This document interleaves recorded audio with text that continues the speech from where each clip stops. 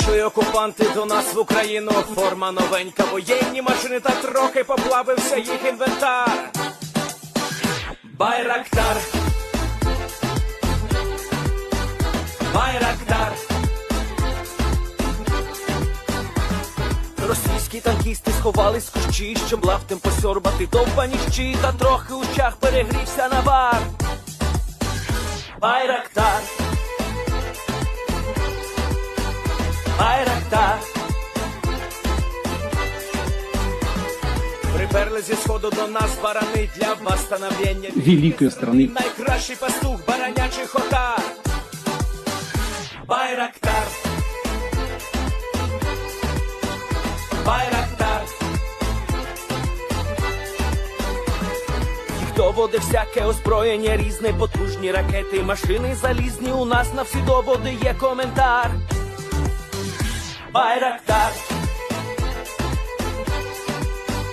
Байрактар.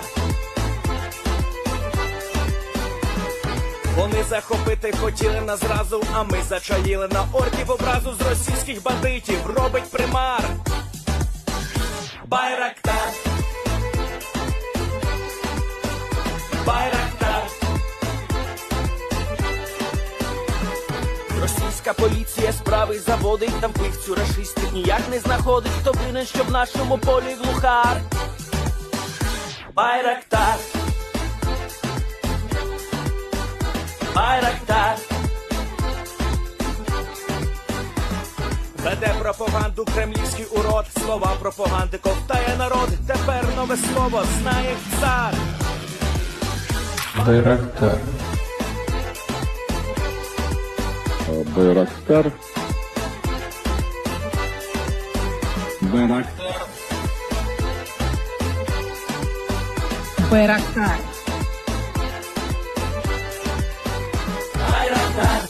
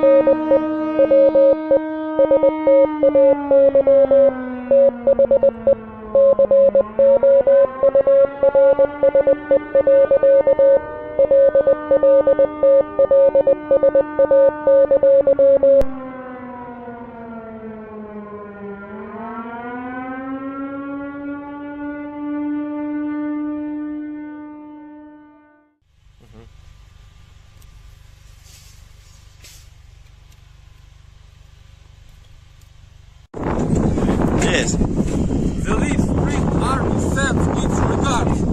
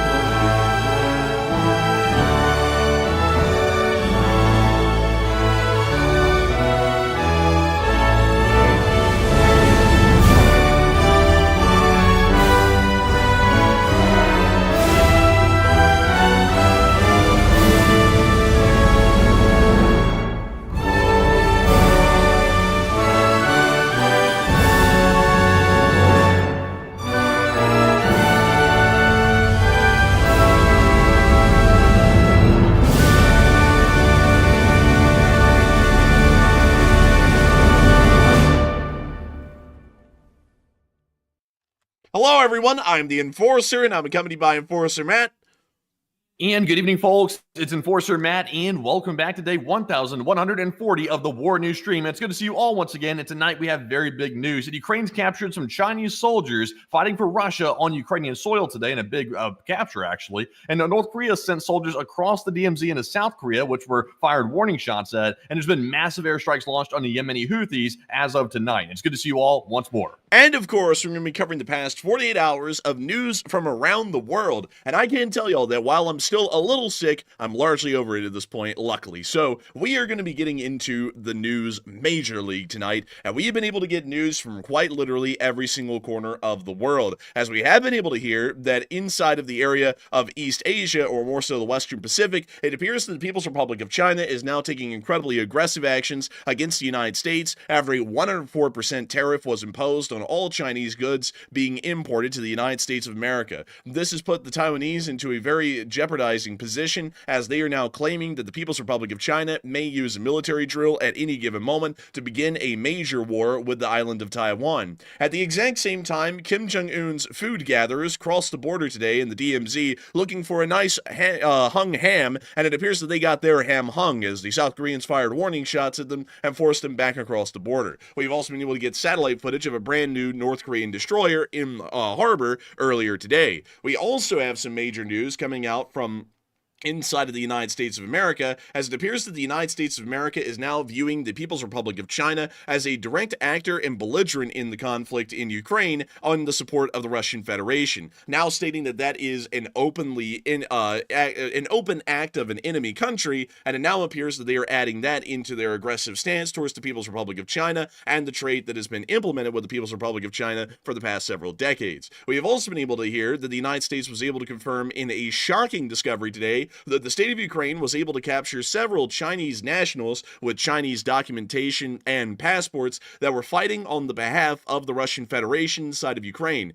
Ukrainian armed forces were able to capture these individuals, and it has been confirmed that they are Mandarin-speaking Chinese nationals who have all paperwork required to be considered a citizen of the People's Republic of China. And it does appear at this point that the Ukrainians have called a Chinese ambassador to the country to explain why they were there, and it also appears that the United States of America is seriously wondering and raising eyebrows about the whereabouts or reason why the whereabouts of these Chinese nationals landed them inside of the Ukraine war for some reason. Meanwhile, Ukrainian forces have been able to continue their advance inside of Belgorod, and we've also been able to hear of significant drone strikes that have been conducted within that region as well, and we've also been able to hear that the Ukrainians have continued to push the Russian Federation back in the direction of Pokrovsk, and that Ukrainian armed forces have been continuing to hold the lines, although we did hear today that there was a small loss of ground by the Ukrainians near to Chasiv Yar. 1 second, folks. We have a massive amount of news today, and hopefully I will not be coughing too much. Over the course of the day, I've had about 2 major coughing fits. Hopefully one doesn't happen during the middle of the stream. If it does, it'll probably pass in like 5 minutes. So it won't really be that much of a damper to the news coverage, and I'm doubting that it really will happen often. But nevertheless, we have a major load of news today. Oh yeah, by the way, I forgot to mention the whole Middle East segment, which we're about to be moving into as well. The Iranians are rapidly producing weapons-grade uranium right now out of Chabahar at the nuclear power plant. We've also been hearing that the Turks are claiming that they are putting a stop to Israeli actions and interests within the region of the Middle East as more Turkish armed forces are entering Syria. And we've also been able to hear that the largest bombing campaigns that the United States has ever conducted against the Yemeni Houthis in a single wave is currently being conducted to this point, and major bombings are happening around the capital, Sana'a. Totally forgot that segment. Just another little thing happening today, but we have an insanely high amount of news, so much so that I just completely forgot an entire region of the world in its whole news segment in that brief summary to tell all of y'all what's going on. But moving on into the major news that we have today, that's going to be bringing us on over into the area of the Western Pacific, and specifically the United States of America and the People's Republic of China. The United States of America and the People's Republic of China has had a very interesting relationship over the past 50 years. Around the time that Nixon went to China, which is a famous thing that happened in American history, where Nixon went to China, literally what it means, we actually opened up relations with the Chinese, the communist Chinese, in a friendly positioning. The reason why, to explain at the time, just to give you a little bit of background of what we're dealing with right now with China and why we're in the position we are in with China, the reason why we were friendly to the Chinese is because the Chinese and the Soviet Union were actually involved in major border skirmishes where in some instances hundreds of Soviet and Chinese border guards were getting killed in major firefights, as it appeared that the two countries were very close to going to war over territorial, more so squabbles that were happening near to the area of the Amur River inside of Manchuria. Because of this, we went under the perception on this diplomatic mission under Nixon that the enemy of our enemy is our friend, and while the People's Republic of China is communist, they could end up helping us out greatly inside of a future war with the Soviet Union if it was to happen. We immediately opened friendly diplomatic dialogue, which was expanded on in later presidencies over the next several decades, where a significant trade relationship was formed, largely, most importantly, after 2001, when China joined the World Trade Organization and began to trade with a significant degree to the United States of America. Because of offshoring and the cheap cost of transportation due to the containerization of ocean shipping, it made it possible for many U.S. manufacturers to offshore their facilities overseas inside of other countries to be able to take advantage of lower wages for workers, and not only that, lower material costs. Because of that, the People's Republic of China became the most likely option for the major American manufacturing base to move. Not only would they be able to manufacture a lot of goods at a far cheaper rate, they would be able to ensure that not only were they competitive in the American market, they would be competitive in the global market. And so for this reason, the Chinese economy flourished and rapidly skyrocketed over about the past 20 years into becoming the second largest economy in the world, valued right now at about $17.8 trillion compared to the United States' $28 trillion, or actually according to this year, it's around $30 trillion.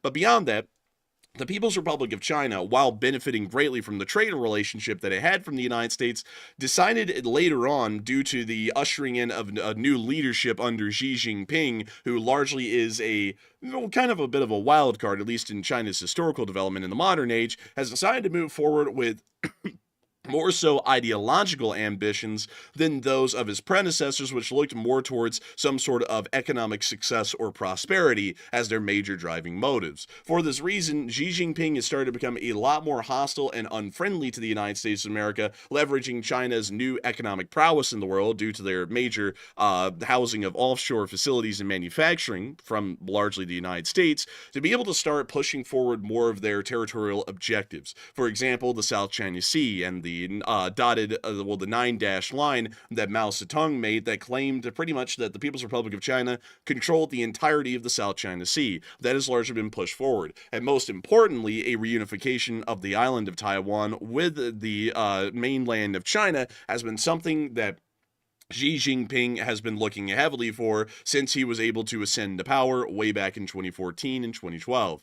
With this in mind, the United States of America has been in a bit of an interesting position in the Western Pacific. While there are still major trade relations with the Chinese, those relations have continued to wane over several years, as China has started to transfer from an industrial economy to a post-industrial economy, more so into a services industry like the United States. This has meant that the economic controls that have ensured that the Chinese would not attempt to regain the island of Taiwan are starting to erode over the past few years. And not only that, with the United States of America now viewing Xi Jinping as an ideological demagogue, which is attempting to force the communist Chinese traditionalist view in some way, shape, or form onto the populace, it does appear that China is moving into a more radical and aggressive footing than it has in the past. Also, because of that, we have seen that the U.S. Belief in China being a somewhat benevolent country, at least in the public, has greatly waned, and many presidents have started to view that the Chinese are an incredibly aggressive and dangerous force, much like we've laid out already. For this reason, the United States of America, under the presidencies of Obama from 2008 to 2016, and then from President Trump from 2016 to 2020, under President Biden from 2020 to 2024, and even up until the present day under the current Trump administration, have been actively working through the Department of Defense to create something that is called the Island Containment Chain. Due to China's aggressive and often off-putting nature in the modern day, we have attempted to create an alliance of countries that are able to create pretty much a chain around China in the sea that would stop them from being able to conduct unrestricted submarine warfare or unrestricted naval warfare here into the near future if a major conflict was to break out. One of the most important parts of that island containment chain is the island of Taiwan. It is not officially an ally of the United States, and it's not officially recognized as an ally, a sovereign country even by the United States, but it is still an integral part and receives a great deal of U.S. support in maintaining its part of the island chain. The People's Republic of China and Xi Jinping understand this and want to see that the island of Taiwan is brought under the People's Republic of China's control so that way it can be used to circumvent the island chain that the United States has created, and then can move forward with conducting a campaign of unrestricted submarine warfare in major confrontations in the future, or using that leverage to force the United States' hand into diplomatic negotiations instead of outright conflict.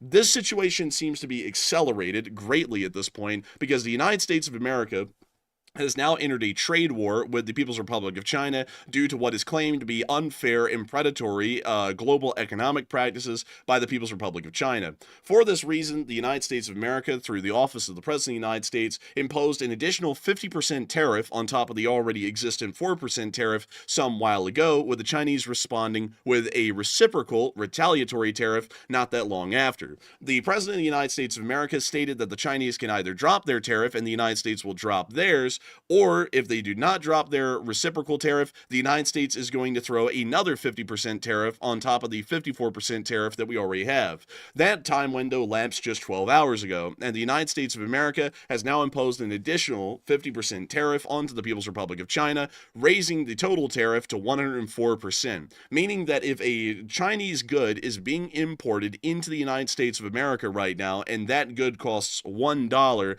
there will be a $1.04 tariff levied onto that good, meaning that pretty much the tax on the good is as expensive as the good itself, pretty much matching it dollar for dollar in value. This is something that is pretty significant. It means that most trade with the People's Republic of China is going to cease to exist here within the very near future, as many distributors and manufacturers are going to find it completely impossible to make their way around this massive tariff block, which pretty much incentivizes for the large part, distributors in the United States to not purchase Chinese goods and for manufacturers from China not to ship into the United States. The distributors are going to be dealing with prices that are 104% higher by default than the prices they were paying for quite some time. Well, not really quite some time ago, but a couple of months ago. The manufacturers inside the People's Republic of China are also going to be looking at distributors who now are disincentivized from actually consuming or purchasing any kind of Chinese products. For this reason, the People's Republic of China has made it very clear that they are taking a quite aggressive stance against the United States of America inside of the Western Pacific, and as a result of that, it possibly will include Taiwan as well. As we have been able to get a larger summary of this by Indo-Pacific News, but to cut this down in the best way that we can, very much in short, China replied to the United States raising a 104% tariff by stating it will not bow down to the President of the United States tariff threats. That was largely a decoupling statement by the People's Republic of China, and it does appear at this point that the United States of America may be looking at a very dangerous situation inside the Western Pacific, as now with this economic decoupling happening, any of the possible economic leverage that the United States could have had over the People's Republic of China to pretty much bend their wrist or bend their arm and pretty much stop them from invading Taiwan, at least for now, has completely waned as of today. And we are now hearing that the Republic of China itself is quite concerned that the People's Liberation Army drills around the island may escalate into real attacks with nearly no time for Taiwan or the United States to respond. Regular large-scale exercises from mainland China's military have prompted warnings that the island's military must stay alert to the risk. Mainland China's regular large-scale joint combat drills around Taiwan are fueling fears that one day a military exercise could escalate into a real attack by the People's Liberation Army. Historically, military exercises have been used as a perfect excuse to conduct a reasonable military buildup and then begin an invasion. Conducting war games are pretty much akin to actually starting a war. The same kind of logistical buildup and also force buildup that would be seen in a war game would be seen in the mobilization to prepare for an actual conflict. For this reason, the endless strew of war games that the People's Republic of China have been conducting around the island of Taiwan is making the Taiwanese government incredibly concerned, especially with the rapid destabilization of U.S.-Chinese relations, that an invasion of the island of Taiwan may be inevitable, or at least a war surrounding the island of Taiwan may be coming here soon, even with the Chinese Navy not being ready to land a major amphibious landing force onto the island, which is once again something that we believe the Chinese would be ready by in at least 2 years, not right now. Beyond that, though, it is an incredibly concerning fact that the People's Republic of China is taking the most aggressive stance. It is not backing down in the trade war currently, and it appears that they're actually going to transcend the trade war into a larger, major conflict within the Western Pacific. And this has led a lot of people to be speaking right now in the chat, now that we've laid out pretty much the entire rap sheet on what's going on in between the United States and China and how it's impacting the Western Pacific, at least as it is compared to Taiwan. The U.S. has placed a 104% tariff on Chinese goods across the board amidst China's threat to escalate the tariff war into a possible conventional war in the Western Pacific.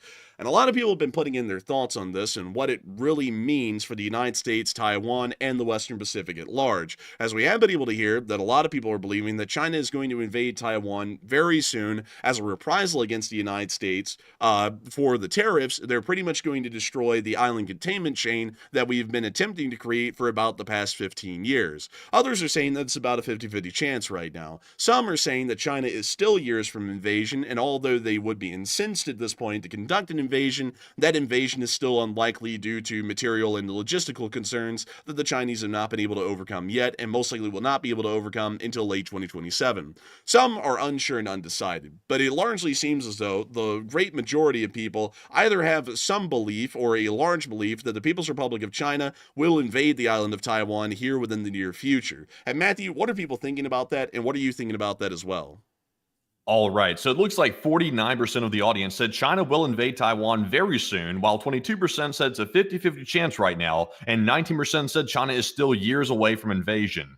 And honestly, in my opinion, I would say that China is going to speed this up quite dramatically, because one of the main reasons that was holding China back from invading Taiwan is because the United States economy and the Chinese economy are inherently linked very closely on trade. And now the United States is essentially decoupling China from trading with the United States, now that there's a 104% tariff being placed on goods coming from China into the United States. So that takes away the economic incentive for China not to invade Taiwan. So that was a huge barrier why they weren't doing it. Of course, another barrier was they were trying to get enough equipment to be ready to invade the island of Taiwan. That was another thing. But we have seen them conducting full-scale practices of invading the island, including these landing barges. They just got done building a pretty good number of them that they need to conduct this invasion. So I think they're going to speed it up. And so far, we're hearing from intel sources, according to various news outlets, that it looks like it could happen in the next 6 months instead of taking years. For example, many experts said it was going to be 2027 when it was going to take place.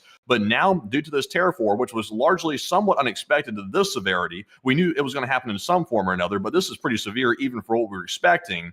It looks like they're going to speed it up. So I'm actually with the 49%. I think they're going to speed this thing up and do it pretty quick. But Enforcer, what say you? I would have to say that I'm actually with the 50-50 group, the 22% that are believing that there's a half and half chance right now. It is entirely possible that the People's Republic of China may try and accelerate their war preparations to be ready for a war within the next 6 months, but the chances of that actually succeeding are highly unlikely, considering that Chinese shipyards are currently at their maximum capacity, producing amphibious landing ships to be able to help them to prepare for the invasion of Taiwan that would largely be ready to go by late 2027 at the earliest. Those shipyards can only work so fast. Even if they were to start running double and triple shifts and endless round-the-clock shifts, those ships still would not be ready in time enough to be able to conduct a war within the next 6 months. Not to say that that means that they cannot conduct a war, and that's where the 50-50% chance comes in. While logistically, they would not be in the most ideal position at this point to be able to conduct a war on Taiwan, it is still entirely possible that they get pressed forward with one. By conducting a large air campaign against the island and also being able to create at least a decent enough naval shield around Taiwan, blockading them from any kind of U.S. direct military support, they could be able to bomb Taiwan from the skies significantly enough that an amphibious landing, even of a smaller scale, would be possible at that point, although that still would be a pretty far stretch. China's ability to invade and capture the island of Taiwan at any point in the future, even if they were a a near-peer force to the United States of America or a peer-on-peer force, would be pretty substantial. Well, at least the issue of having to finish that war would be pretty substantial in a very short time frame, because the longer that war drags on, the longer the U.S. has to be able to respond and pull forces into the area to make China's invasion a lot more difficult. For that reason, China always has to deal with brutal precision and speed being their main key winning factors in that kind of a conflict. And without the resources to be able to conduct that right now, it's highly possible that that war could become long and drawn out, and not only that, cost the People's Republic of China a great deal of money without producing any actual physical results of any kind of success or victory on Taiwan. Even if the war was to come to a conclusion, it may end in a stalemate for the Chinese, meaning that it was a net loss for them. So it's a little bit tough to say right now whether they would invade the island or not, but the diplomatic destabilization that would lead to the invasion of Taiwan is certainly there. It's really more so a question of whether their resources are there or not, and it doesn't really look like they are right now. So I'm a little bit up in the fence on, up in the air on this one, or on the fence on it, because it would be really hard to say which direction they'll go. But still, also Enforcer, on another front, just putting aside for a second the fears of an invasion of Taiwan being sped up and accelerated because of the trade war, another unintended side effect of this massive escalation that's taking place between China and the United States in this tariff war is that we're essentially forcing China even closer together with our adversaries right now, which is a time you really do not want to couple Russia, China, Iran, and all those forces together, because right now, of course, we're heading toward, it appears to be, maybe a global war several years down the road. So we're forcing those economies closer together because, of course, China, I think China is the second largest economy in the world behind the United States, correct? yes. So yeah, we're forcing a major power player of an economy together with our enemies, which is Russia. And our entire purpose behind trying to defeat Russia is to destroy their economy so they can't fight the war in Ukraine. But now they're forcing China, which is a decently sized economy, even closer together with Russia, which is something you don't want to do in a time like this when there's a war on the horizon. I would say so. It's not a great thing to do. And also, I saw someone bring up a question that actually is a pretty good one. Someone said, well, if America doesn't consider Taiwan a country, how are we tariffing them? Because we actually are tariffing Taiwan at the same time we're tariffing China. So the reason why we're able to do that, there's a really interesting loophole that we've been doing diplomatically about Taiwan for decades at this point, ever since Nixon went to China, which is where we do not recognize the Republic of China, which is technically what the nation of Taiwan is. It's technically called the Republic of China. We do not recognize their existence as a sovereign nation, but we do respect the sovereignty of the Republic of China's government on the island of Taiwan. So what we're doing in this weird roundabout diplomatic way is that we're saying, we don't believe they exist, but they kind of do. So it's Schrodinger's country. It really depends on who you're talking to. Does it exist or not? To the United States, they exist enough to tariff them, but they don't exist enough to be recognized as a sovereign country and to be able to have an actual diplomatic envoy or in a permanent embassy inside the United States of America. So we respect their right to exist, but not on a full-on official level. We actually do that with the People's Republic of China instead. We recognize the sovereignty of the People's Republic of China, not on the island of Taiwan, but throughout the rest of China, and the Chinese actually have an official diplomatic representation in the United States through their embassies and consulates as a result of that official declaration of sovereignty for the People's Republic of China. That happened back in the 70s under Nixon. Whether people like it or not, that's up to y'all, but that's what happened. That's how that works, and that's why we're able to sanction them, because while they're not really a country according to us, they technically are, so we are able to tariff them. So I hope that answers that well. But beyond that, though, I do see a lot of people bringing up a whole bunch of different points, and a lot of people are saying that it's, let's see, Walmart's going to be in trouble. I see a lot of people talking about the different kinds of companies that are going to be in trouble, and there's actually a great deal of companies that are going to be in a considerable amount of trouble because of these tariffs. China's wane over the control of the U.S. economy actually was going to happen naturally. It's not anything that had to be forced, because a lot of the People's Republic of China's economy is forcibly being moved into a post-industrial state at a very early time in its life.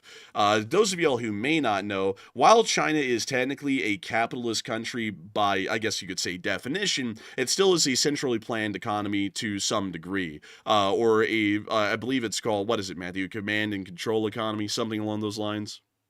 I believe so. I can't remember the exact term, but it's close enough. But it's a centrally planned economy for the large part. It's a fairly communist kind of a trade where the central government still holds the majority share in all of these private companies, as they call them, and are able to largely get them to dictate the direction or speed at which the Chinese economy is moving.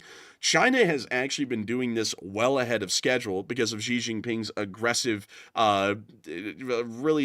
national rejuvenation project, that, as he's calling it, that is supposed to be achieved by 2049, where they're trying to move China already from an industrial economy, which all of y'all would know China to be, into a post-industrial economy, which is based in the services sector.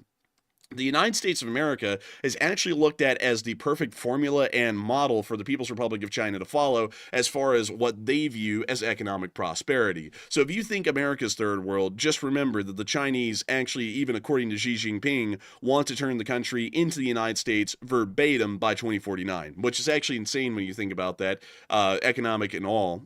They want to be able to create a services industry by 2049 that would be well existent and create high-paying jobs, and in Xi Jinping's mind, at least according to what he's laid out in the 5th plenum of the 19th People's Congress, he states that that will create a prosperous socialist society, largely through that kind of an implementation. So with that in mind, what they're trying to do right now, speaking about the whole national rejuvenation thing and all that, what they are trying to do right now is aggressively move all of those industrial companies out of China to replace them with service industries. So a lot of those companies that everyone would know was in China are moving to other countries like Vietnam and India. And that's actually why you'll see, if you look at the Indian GDP, right here, India's GDP is rapidly skyrocketing. He's actually on a trajectory that is very close to China's in its earlier days of economic development in the late 90s and the early 2000s. It's because a lot of those American companies are starting to rapidly move from China to India,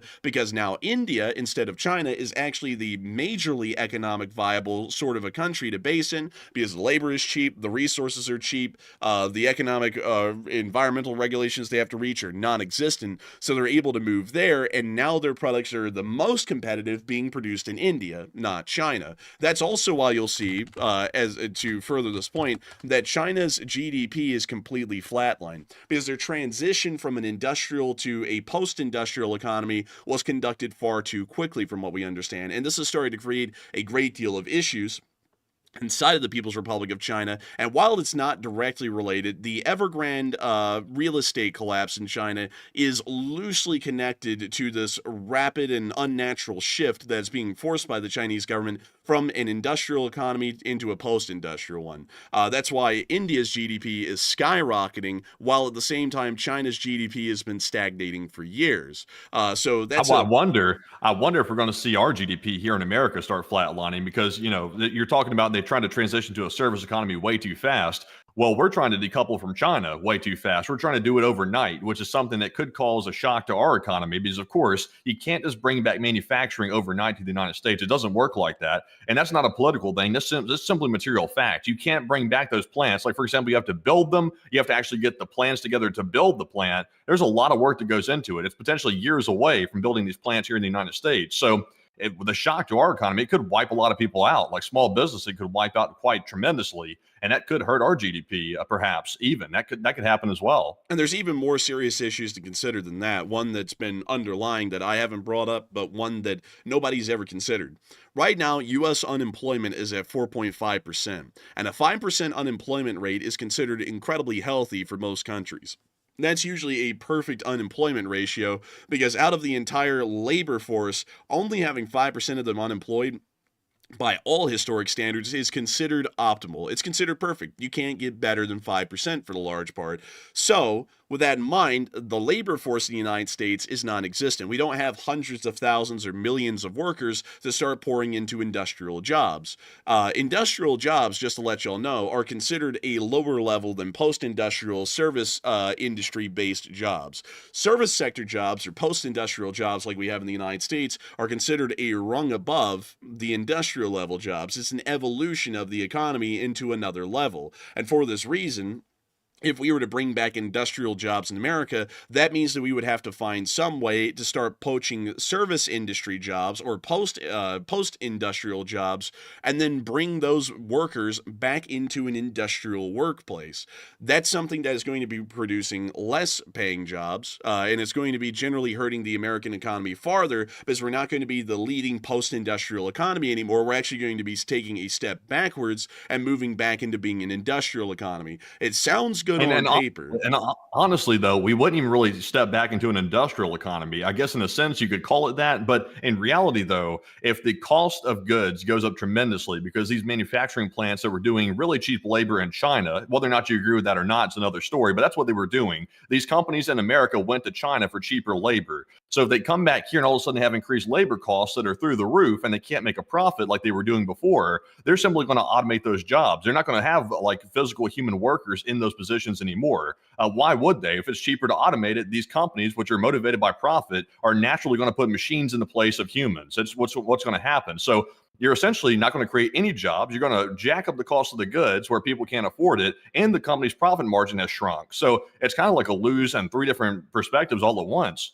Yeah, and another thing, I've seen some people bringing this up. I see people screaming robots in the live chat, and that is a good point. But the problem is that automation on most levels has not made it to that point to make the United States industrially competitive in the global market. There is no way, by the way, just got to put this out there for some people, there is no way for the United States to move out of the global market into a national market and then be successful. The entire world runs and breeds on a global economic scale at this point. If you remove yourself from that economic sphere, you are going to face absolute desolation economically. There's no way to leave it without that being a disaster. I could go into like hours and hours of explanations as to how that works, but just trust me on that one. There's no way to leave a global economic sphere at this point. It is how you make money. So, with that in mind, completely ruling out the idea of us just shutting ourselves off and being a good little national economy or a national market, the United States of America, to be an industrially competitive power in the world and to be able to produce goods in such a large number that they're cheap enough that many people would consider them or seek them out to be their primary product of purchase, the United States of America has to be able to find a way to cut down on the cost of goods manufactured in the United States of America. And there's only so many ways that you can do that. You can cut down the cost of the resources by producing them on an economy of scale that is so large that just because of the volume of resources produced, the cost of the resources goes down. You could also cut down on manpower hours, or more so the cost of manpower. That's another significant thing that you could do. Automation could largely cut out the cost of manpower hours or labor altogether, because the amount of labor required would be absolutely minuscule for the amount of goods produced. There's also a whole bunch of other ways. For example, the cost of manufacturing the factories could be subsidized by the government to decrease the overall cost of those companies, allowing them to keep reserve capital freed up so that they'd be able to continue their company operations as normal. There's a lot of ways to do it, but the most important way, at least in the present day right now, is to cut down on the cost of manpower or the cost of labor. That's the easiest way to get products' overall cost to be cheaper and more competitive. Because of labor laws in the United States and how they largely work, and also the quality of life that Americans expect, which is nothing wrong with that. We have a very good quality of life and it should be expected, but that also comes resulting of an increased expected pay that Americans want to get. Americans aren't going to be working 12 hours in the factory living in the poverty line. People in China and India may, but not in America. So that means that you have to pay And also, by the more. way, on another front as well, where are these workers even coming from? Because we only have like, what is it, like a 3% unemployment rate or something like that? It's not very. Yeah, 4.5%. So that's not too many people looking for employment that are unemployed right now. So you have about 4.5% of the unemployed people looking for work and can't find it. So you're not going to have as many jobs or as many employees that you need to actually get this manufacturing done. You're going to have a shortage of workers at that point as well. So that would also be another cue to automate these jobs, because they don't even have a big enough workforce to make that happen. Exactly. That's what I was going through right here, talking about how do you bring down the cost of labor and make it globally competitive to produce in the United States. All of it would have to be automated. So you're not even really producing any new jobs. You're just bringing the manufacturing back to the United States. The goods that those companies are producing is going to be globally competitive, but it's not producing any additional jobs. So the United States can bring the manufacturing back. They're not going to be bringing jobs with it, but we can't bring it back right now because we, to be entirely honest, are still largely too economically dependent on the Chinese to not create massive economic damage as a result of what we're doing right now. And also the process of automation, which has come a very long way over the past few years, but it's still not really there yet to create end-to-end automation in production and manufacturing, hasn't really come about yet, and it probably will be a few years away. So if the United States would naturally allow our trade with China to wane, which it is, like I've already explained, and then we allow for those companies to come back to America because we were able to master the, I guess you could say, implementation of automated factories, then we would be able to see that America could become the major industrial power in the world again, but it wouldn't create any additional jobs. That's just largely how it will work. And that would be the best way to game plan this out. But beyond that, a lot of people are wondering, or really speaking more so about this, are large tariffs going to remain on China long-term or short-term? And it appears that actually this is fairly close, but a decent amount of people are believing that long-term tariffs are going to be the name of the game. So Matthew, what are people thinking about that, and what are you thinking about that as well? All right. So a 53%, the majority said it'll be long-term tariffs on China that we're currently seeing right now, meaning the 104% tariff will remain on China for probably months, if not years, under that current option. And 47% said it's going to be short-term, most likely weeks and or maybe just a couple of months. And that is the question right now, which nobody has any clue as to what's going to happen. The only indications that we have of what is going to happen is that China nor the United States wants to back down. China has already committed to going as deep as they need to go in order to shaft the United States and not let them get any leeway on these negotiations. The United States is also saying that they're going to do, quote unquote, the ripping on China now, because China's been ripping us off for years. And whether or not that's true or not is kind of irrelevant right now, because we're seeing a global market collapse. That's going on for many, many days. It's almost been weeks now at this point, and it keeps on going. So many people are very uncertain, especially business owners, as to what's going to happen. Is it going to stay on long term? Because that could sink some businesses if it stays on long term, because of course, these companies that buy product from China that they've been buying for many years, they can't sell their goods at a profit anymore, because now the tariffs have erased all their profit margins. So they're going to go broke and they're going to go out of business. So a lot of people are facing that. There's farmers facing that, small business owners, everybody's going to face that. So if it stays on long term, the damage could be monumental. If it's short term, it's still going to be somewhat damaging, but not nearly as bad. But honestly, I don't even have a clue. I'll be honest with you. I don't even have a clue where this is going to go. Right now, I'm clueless on this one. But Enforcer, what say you? To be honest with y'all, I have no clue. I've seen some detractors in the chat saying that this isn't going to be creating any massive loss and this is only fair. I'd have to say in response to that, maybe it is, maybe on like a moral two-dimensional standpoint, it's fair to put a tariff on a country that has tariffs on us. But the thing is that that's not thinking about all of the folks here in America that are relying on those imported goods because of how the global supply chain works. I was today, not to shout out that specific store, but today I was actually at a little hobby shop, a model hobby shop. So it's really like the only one left in Alabama, and it's here in Birmingham. And I was talking to the guy today about a couple of things, and the guy was telling me at the checkout that he was praying to God that he was somehow able to get different suppliers or distributors, because right now a lot of them are having to increase their prices 50% just as of this morning, and now it'll be 100% probably within the next week or 2 weeks, to be able to compensate for the tariffs that are now being implemented on a lot of the goods that he's selling in his store.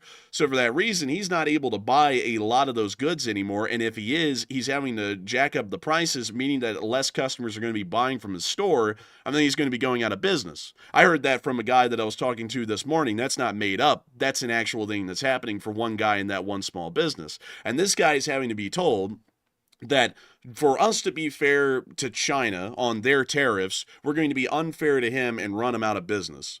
And that just doesn't seem right to me. Like large business, just to lay this out there, large businesses, big businesses in America will survive. Small businesses will not. The small businesses do not have the reserve capital or the flexibility to be able to survive these kinds of changes. A lot of those are going to be going down and out. And I just saw someone call BS on me. Someone said, okay, that's just BS. I was legitimately talking to the guy this morning. That's not something I made up. That's something that an actual guy running, living, and breathing a hobby business is dealing with right now. And that's what he told me. So if that's BS, I don't know what is. I mean, you got to wake up and smell the roses sometimes. They're probably calling it BS because they probably believe, this is the line of reasoning I hear all the time from the people that kind of defend that, is they'll say that the tariff is not going to be absorbed by the purchaser in the United States. For example, the retail store owner that you're talking about, that person probably believes that the retail store owner is not going to be paying any part of that 104% tariff, which is inherently false. They will absorb some of that cost. So, and in fact, they'll absorb quite a bit of that cost, actually, quite a majority of it. So it's not going to be all absorbed by the people shipping from China. That's a falsehood that's being pushed. That's not going to be the case. And these people run businesses, by the way. Like, I think the guy you're talking about has been in business for, what is it, like a decade or something? Quite a while, yeah. He knows how to run his business. He's not ignorant to it, or otherwise he wouldn't have been in business for a decade. So, I mean, they know what they're talking about. Yeah, they know what they're talking about. I mean, it's not like they're full of shit. And also, I see some people saying, oh, they'll just find a different distributor. Here's the problem, though. You can't. Like, especially in what I was talking about, because everyone knows I'm into trains. And I'll just be honest, I was looking at model trains today. So that's what I was there for. And all model trains, there's almost none of them that are all made in China. Very few of them are made in America, and all the ones that are made in Europe stay in Europe. Funnily enough, European trains do not make it in America in the modeling industry. So there are no distributors to get model trains from if you want model trains, unless they're Chinese. So find a different distributor, you're finding a different Chinese distributor. There's no American distributors out there for model railroad trains. There's just not any, because they're not manufactured in America. All of them are manufactured in China. Same with a lot of those other goods. You can sit there and magically say, oh yeah, he'll just find a different distributor. but that's dependent on a distributor existing at all that is American. And in a lot of these cases, there's not really a lot of those people or distributors or manufacturers that exist that are American, that are peddling American goods. If they're an American distributor, they might be peddling a lot of Chinese goods, and then they're going to be hit the same way anyone else would, or any other Chinese distributor would as well. The prices are going to go up.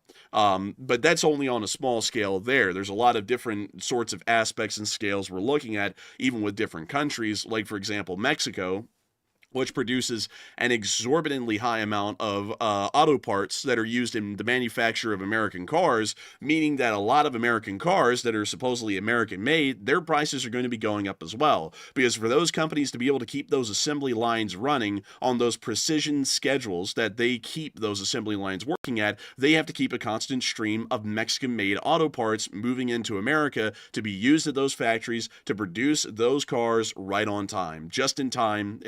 I think it's just-in-time manufacturing or something along those lines that it's called, but they would have to do that to be able to make that viable. So that means they're continuing to have to pay a very increased price in those parts, which is going to be reflected in the final price of cars. That's just how it works each and every single way. And also, I see some people saying if the models were made here, they would be ridiculously expensive. They would be, and just to put this out there again, they would be because automation hasn't made it all the way. So there would be a lot of manpower still involved in those kinds of manufacturing ventures, meaning that your final cost of product would be much higher because they're having to factor in that final cost the higher cost of labor here in the United States of America, meaning that that product would not be economically viable or competitive against some sort of an outside competitor. And even if there wasn't any outside competitors because of tariffs, that good might end up being so expensive anyways, a lot of people largely will not buy it, because even if there isn't a competitor, they'd rather not buy it and not go broke than have it.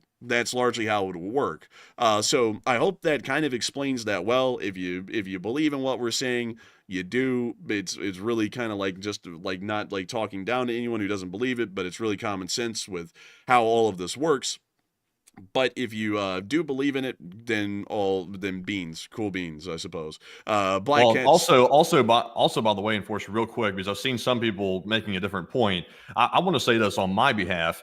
I believe that the United States should decouple from China. That's been something that should have been happening for quite some time, because we're way too reliant on China. And of course, China is an enemy state. They have a system of governance which goes in contrast with democracy here in the United States. So we should decouple. The only problem, though, is we don't want to decouple and shock the U.S. economy into a recession or something horrific and potentially wipe out a ton of small businesses in the process just to get instant gratification and instant results. This is something, decoupling from China, that should take probably many, many years. It should take probably 4 or 5 or more years to properly decouple from the Chinese economy. You just can't shock the system and hope that everything goes good, because, of course, China is only one side of the issue, because everybody else in the world right now is in a tariff war with us as well, not just China. So when you attack too many issues at once, that creates too much chaos, it creates uncertainty, and that causes recessions, which is something that's not good. Yeah, I would have to say so. But also, one more thing that I got to throw in really quickly. Let me see here. Got to make sure to go get this one, because this one was an interesting one. Someone said, oh man, it's in here somewhere. Dang, man, the chat's flying. I'm trying to see if I can find it. Dang, man. Someone said something good, and I was trying to find it here. Let's see. Someone said bean. Let's see. Since I can't. Let's see, Ma.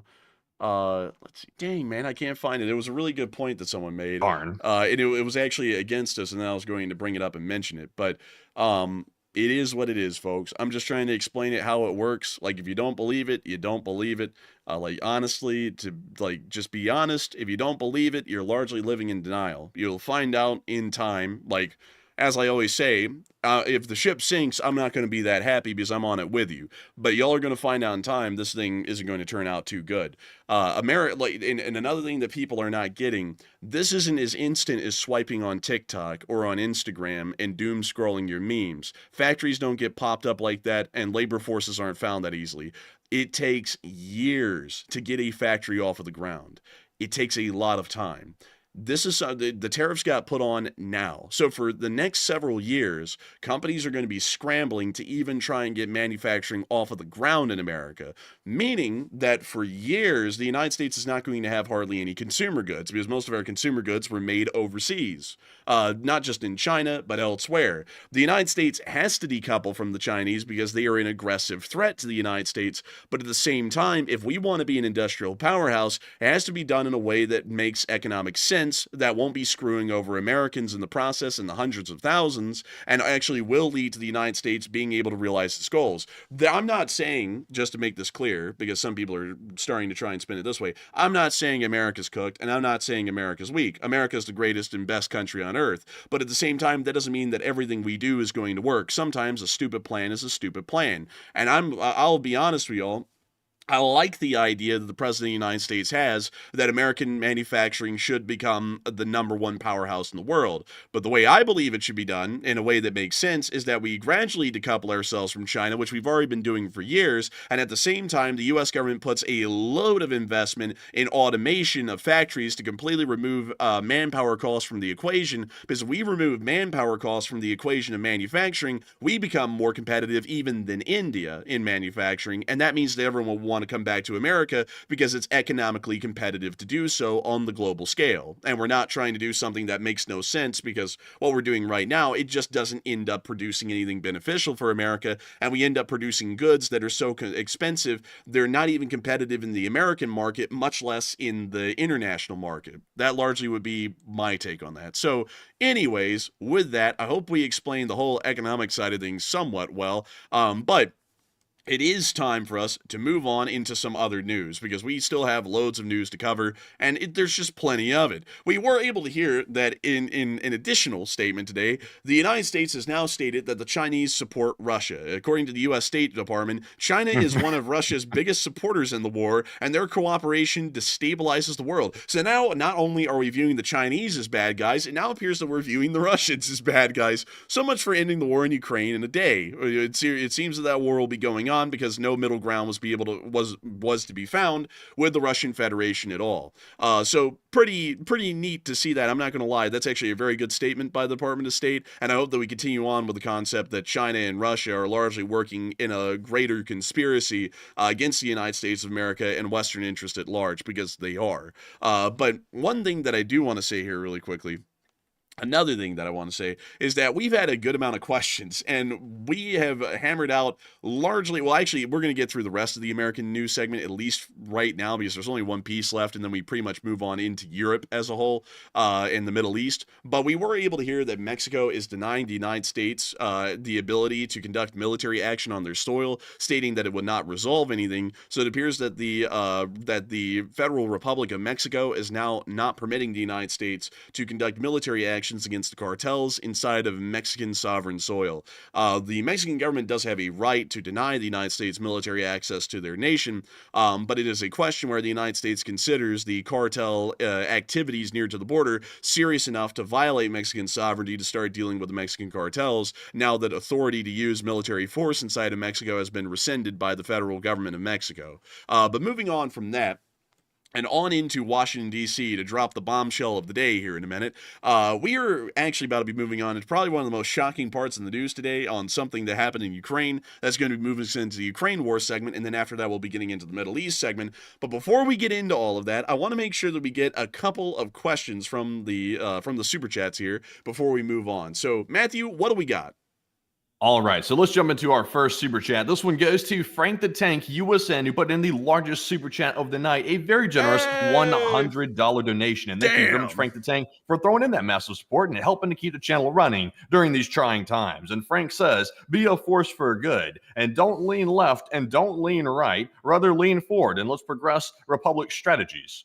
And I got to thank you so much for the massive support, Frank the Tank, and helping this channel to keep on running. And I thank you so much for saying that, because on this channel, we don't try and lean left or right. We just try and lean towards what would make the most sense. To be entirely honest, I really don't find a lot of the policies that either side puts out to be incredibly bad if well implemented. I mean, if well implemented, any plan that anyone puts forward from either side actually ends up turning out pretty good.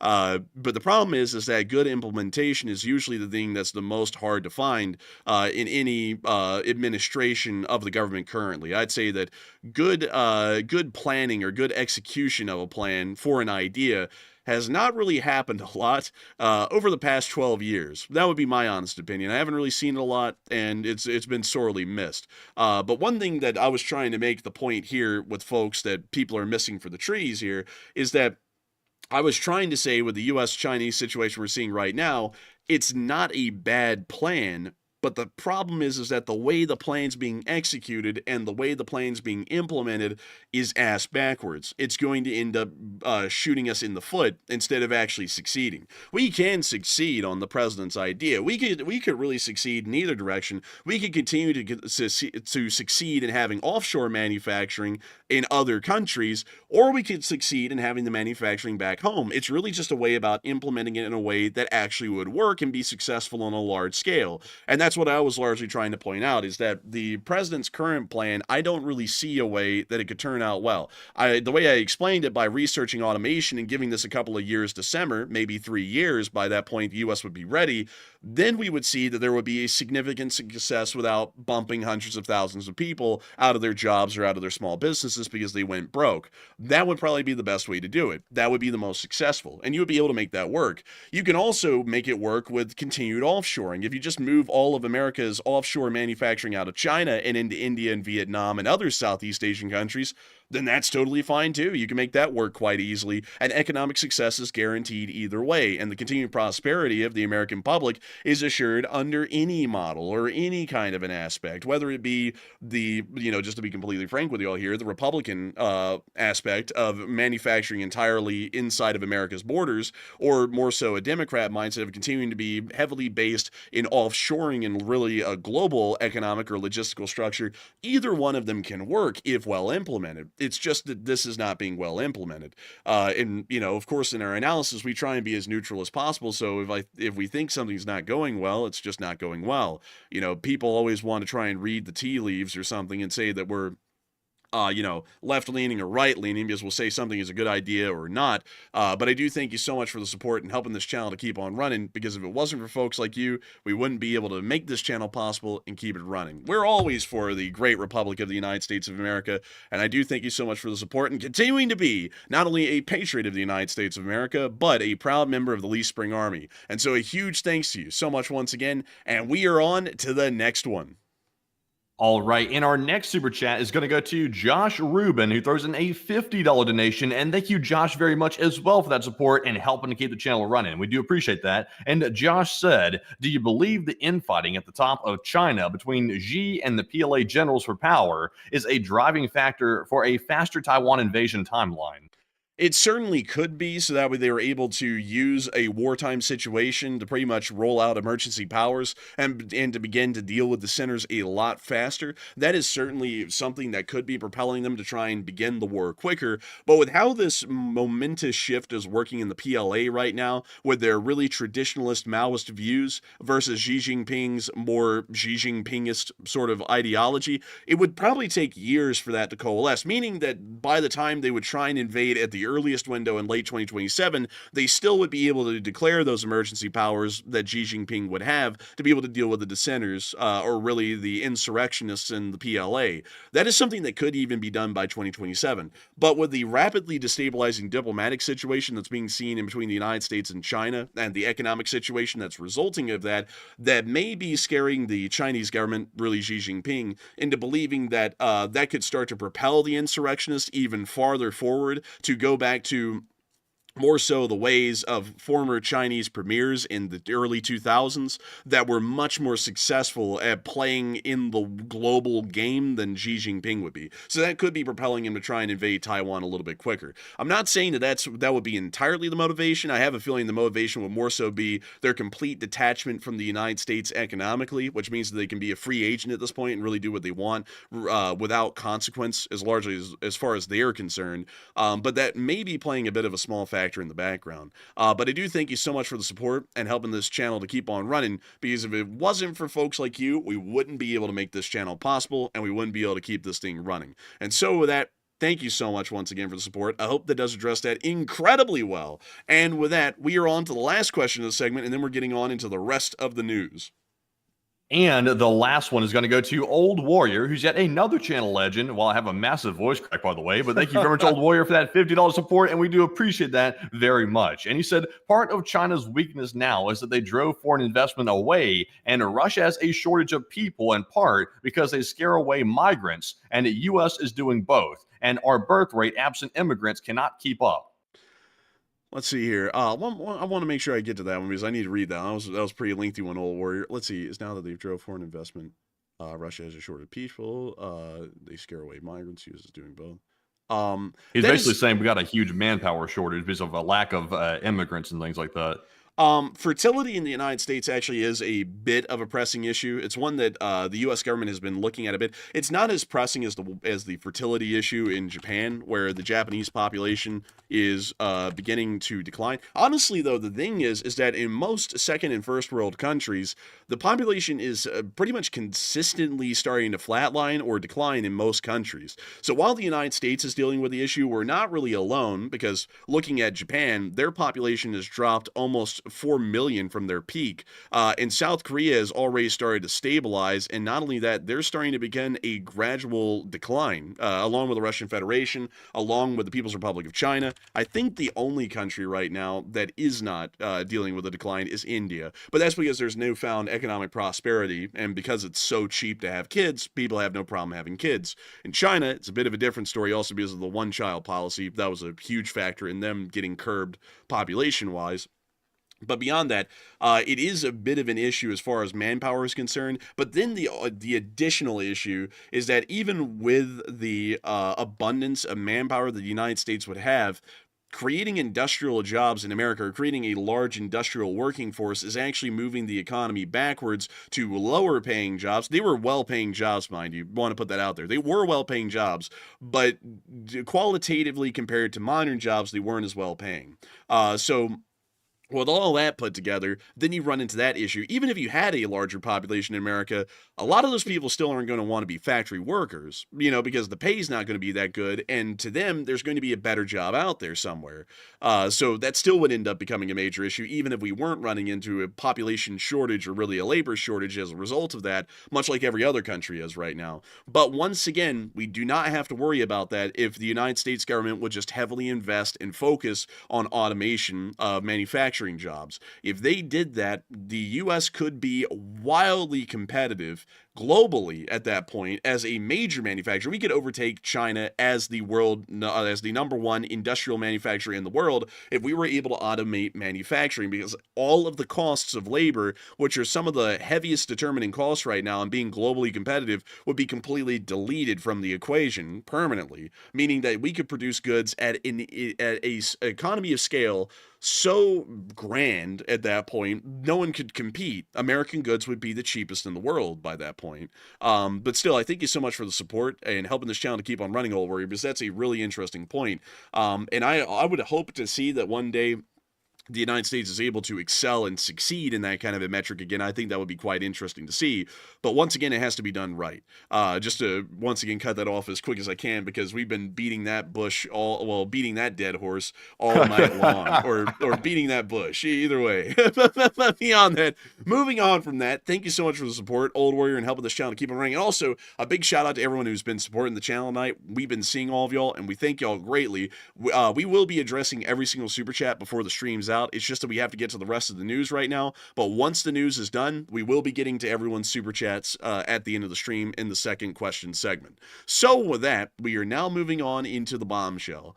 The United States of America has been able to confirm the capture of Chinese nationals today, specifically 2 of them, alive by Ukraine that were fighting for the Russian Federation. According to the State Department, these reports are concerning and may be showing a higher involvement by the People's Republic of China in the war in Ukraine than was initially realized. This news came out today in a pretty shocking way, because we actually were able to see an interview with one of the Chinese prisoners of war about what his time on the front line was like and what his unit was involved in.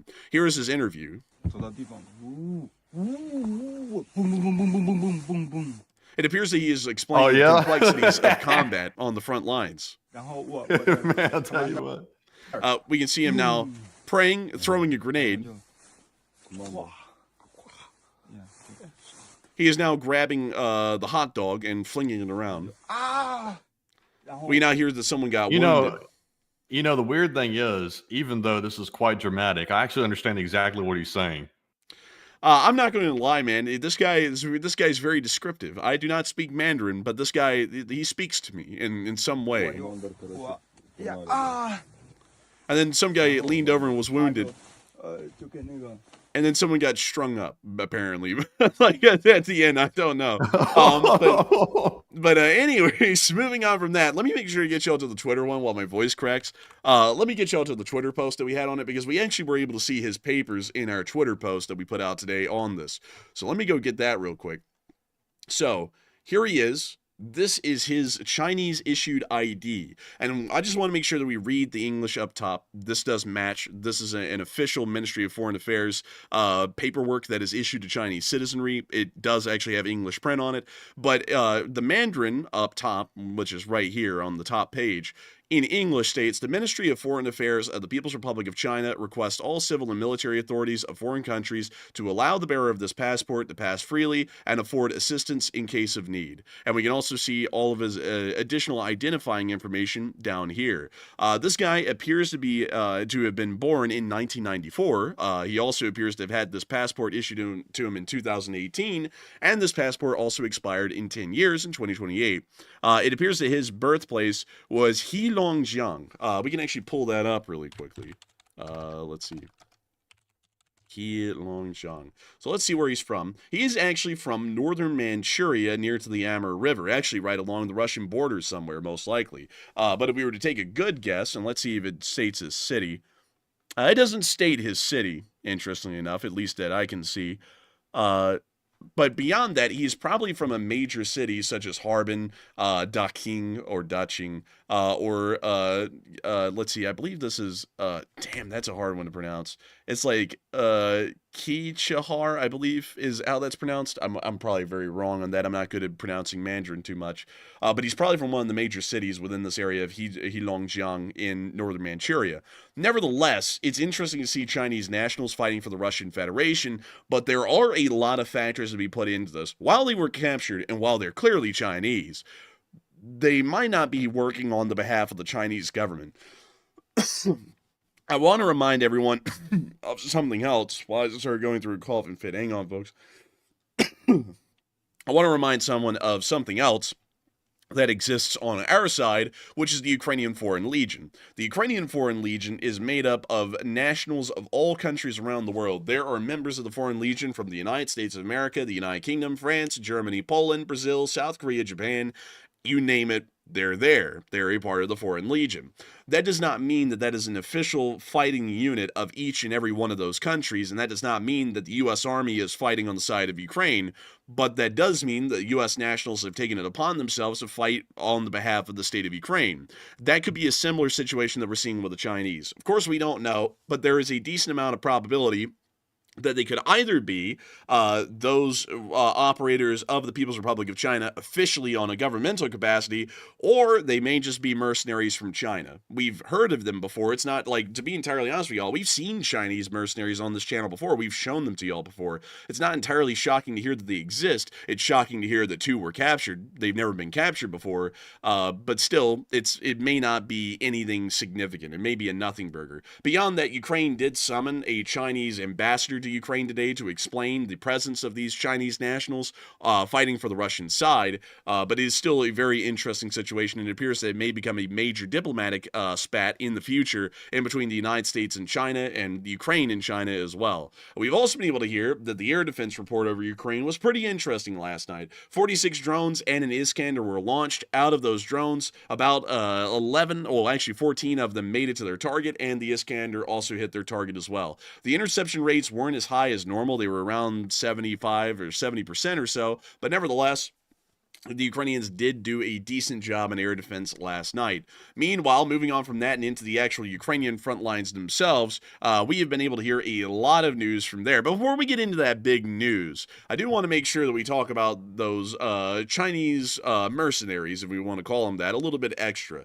Ukraine has captured 2 Chinese nationals fighting for Ukraine, or fighting for Russia in Ukraine, the other way around. Is China directly involved? And it seems as though a lot of people are believing that the Chinese are directly involved through a governmental capacity, an official capacity. Others are saying that it's just some mercs from China. Aw, man. Others are saying that they need more intel, and some are unsure and undecided. But Matthew, what are people thinking about this, and what are you thinking about it as well?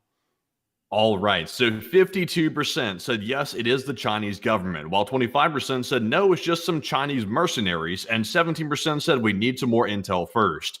And the way Zelensky was talking today, he made it sound like there were quite large numbers of these Chinese nationals fighting inside of Ukraine for the Russian side. The way he was making it sound was he was sort of alluding to the fact that this could be direct involvement by the Chinese government. At least that's the impression that I got. And right now, of course, I believe there's been mercenaries that have been Chinese in Ukraine in the past, and there hasn't really been a problem with that, to my knowledge, to a large extent. But this one appears to be a little bit different. Ukraine's making a very big deal out of this. And we even heard a statement from the U.S. State Department today saying that it's very disturbing that Chinese are now fighting inside of Ukraine for the Russian side. So I'm actually going to have to go out on a limb here and say I think it could be the Chinese government sending over these troops. Of course, they will have some plausible deniability. They'll say, of course, maybe they are mercenaries, and maybe China doesn't have any actual sway over these people. But in actuality, I'm with the 51%. I think it could be the Chinese government. But Enforcer, what say you? 1 second. Let's see. So, So interestingly enough, I want to make sure to put this out there because I was wanting to research this a little bit because a lot of people are saying, no, that is not the same thing as Americans being in the Foreign Legion. And it actually appears there would be a good bit of credence to that as well, because according to what I'm finding from the most recent publications made in 2024, passports are now often held by their place of employment in China, and individuals must formally request permission from their employer whenever they plan to travel abroad. So that means that there is a lot of, through the employer for the large part, state control on Chinese nationals being able to leave the People's Republic of China at this point, which means that these people were able to request from their employer, can I go and fight for the Russians? And they apparently got some sort of permission granted to them, and those employers most likely had to go through some sort of a party headquarters to be able to get that approval. So that means, for a large part, these guys are getting approval from the Chinese government from some level to be able to go and fight. So with that in mind, I would say that this is the Chinese government largely sending these guys. Whether it's any kind of concerted effort or not is one thing, but that is largely showing an act of goodwill by the Chinese to allow nationals, even at the most benevolent level, to take it upon themselves to fight for the Russians. It's showing that the Chinese government is allowing that and supporting that, even in a small way they are. So with that, and that would make sense. That would make sense, Enforcer, because of course it's not going to be like a Scooby-Doo episode where you like pull the mask off and it's like, oh, it's Xi Jinping, and he's like, hello, honey, anybody? It's not going to be like that. It's going to be obviously some plausible deniability behind it, and that would be the plausible deniability. They could say, maybe perhaps, let's say a party official wrongfully stamped somebody's approval records to tell them, oh, you can go to Russia. Maybe they didn't know what they were going to do in Russia or something like that. There's always some way for China to explain it away. But, ultimately, though, in China, everything is controlled. So when someone leaves the country, they know where they're going and they know when they're coming back. So for them to claim they don't know anything would be a little bit of a stretch, in my opinion. So I think that is the case. I think it probably is approved by the Chinese government. I think it is approved by the Chinese government. I don't think this is showing some sort of like a major manpower pool is being provided by the Chinese to the Russians. I don't think that's the case. But I think that it's showing that the Chinese government is very sympathetic to the Russian cause, to the point that if a Chinese citizen says, hi, I am worker 1997, I'd like to go kill Ukrainians, please, the Chinese government will stamp it and approve it for them and say, yep, you can go and go join the Russian army. Come back if you can. I think that's largely what it is. But that is still very interesting because up until this point, we had seen Chinese mercenaries in the past, by the way, just to make that clear. We've been seeing them for about a year. But the fact that we actually saw that some of them were captured, it has to suggest that there's maybe a higher presence of them there than normally has been there over the past year. Maybe showing that a lot more of these passports are being approved for them to go and fight for the Russian army. Although that's still not on an official government level or announced in any major way by the Chinese government. But still, moving on from that and into the rest of the news that we had tonight, we were able to see the Ukrainian Special Forces clearing out Russians from Luknia, which is behind the Ukrainian front lines in Sumy. I don't know if this clip was wrongly wrongly outlined or wrongly headlined here. I'm not entirely sure, but he is somewhere near to the Sumy Oblast or the the Kursk Oblast itself. So here's the clip. We see the Ukrainians clearing out Russian positions. Once again, we don't really know exactly where this was in the area because the geolocating really didn't make a lot of sense.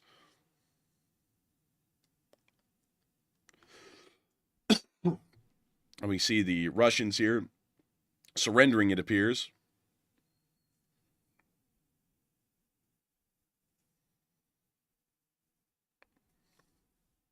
We now see them moving further into the remains of the compound as they continue to take prisoners. We can see a red leg band on that one soldier right there, confirming that he is a Russian prisoner. We can also see some sort of a mortar round come in as this Ukrainian drone also hits the building as well, giving them what's called a double tap in classic terms.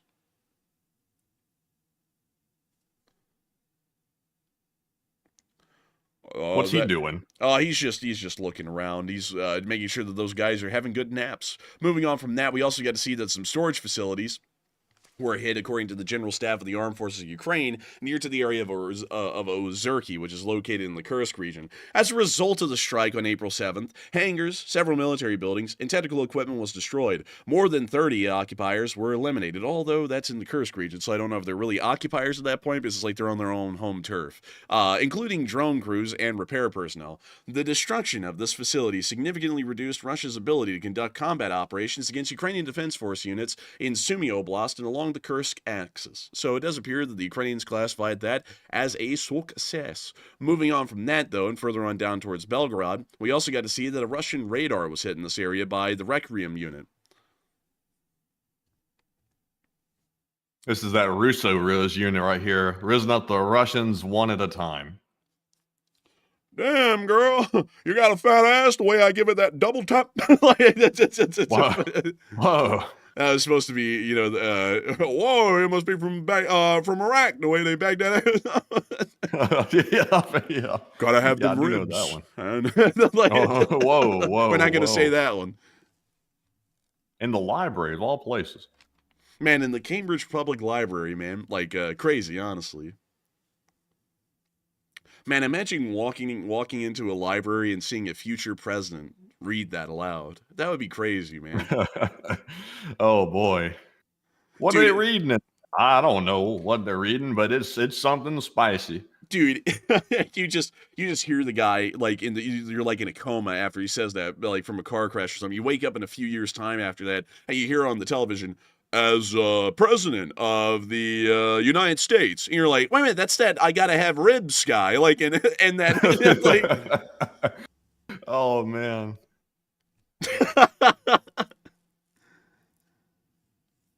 Sir, this is a Wendy's. Sir, this is a public library, man. But anyways, that's the end of that clip. Moving on from that and into our location unknowns, actually, before we skip over there's a lot of them. We got to see a British Ferret armored car in the 3rd Assault Battalion.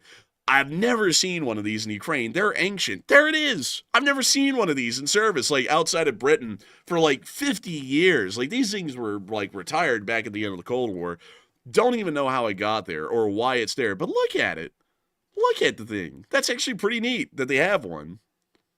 That is pretty neat. Oh, okay. They're using some. I was about to say, what the hell are they about to do here? They're using some. That actually went surprisingly well. Actually, that was. I thought it was going to go bad. I expected it to flip, honestly. That thing is so tiny. It's honestly just a small car with like a little turret on top of it that's armored. And the turret doesn't even move. That's kind of the goofy thing about it. Moving on from that, we also got to see a Ukrainian demining machine produced inside of Ukraine. These are pretty cool. And we can also see the demining operator right there. Now, these things are fantastic. If you're a long time, go back to the first picture. If you're a long time Top Gear fan, you'll remember that Jeremy Clarkson got one of these things and they tried to beat out a demolition crew in demolishing some buildings. And instead, they used a tank. They used this demining piece of equipment right here from Ukraine, and they were way slower than demolition. That was just a little fun fact there out of the blue. Fun fact for everyone to know. We also got to see a little bit of additional clip of a Russian UAZ that was damaged by an FPV.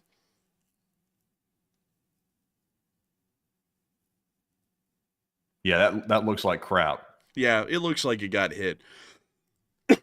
God. Moving on from that, we saw the Chinese POW. That was in the location of notes. We also have a brand new segment of Rudniks, folks. It's Rudniks time. Hey, we haven't had this section in like a month. So here's the clip.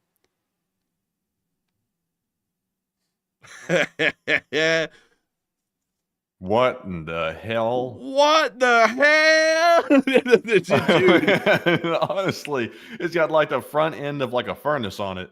Dude, that thing's got the front end of the looking ass. It looks like that thing looks terrible, man.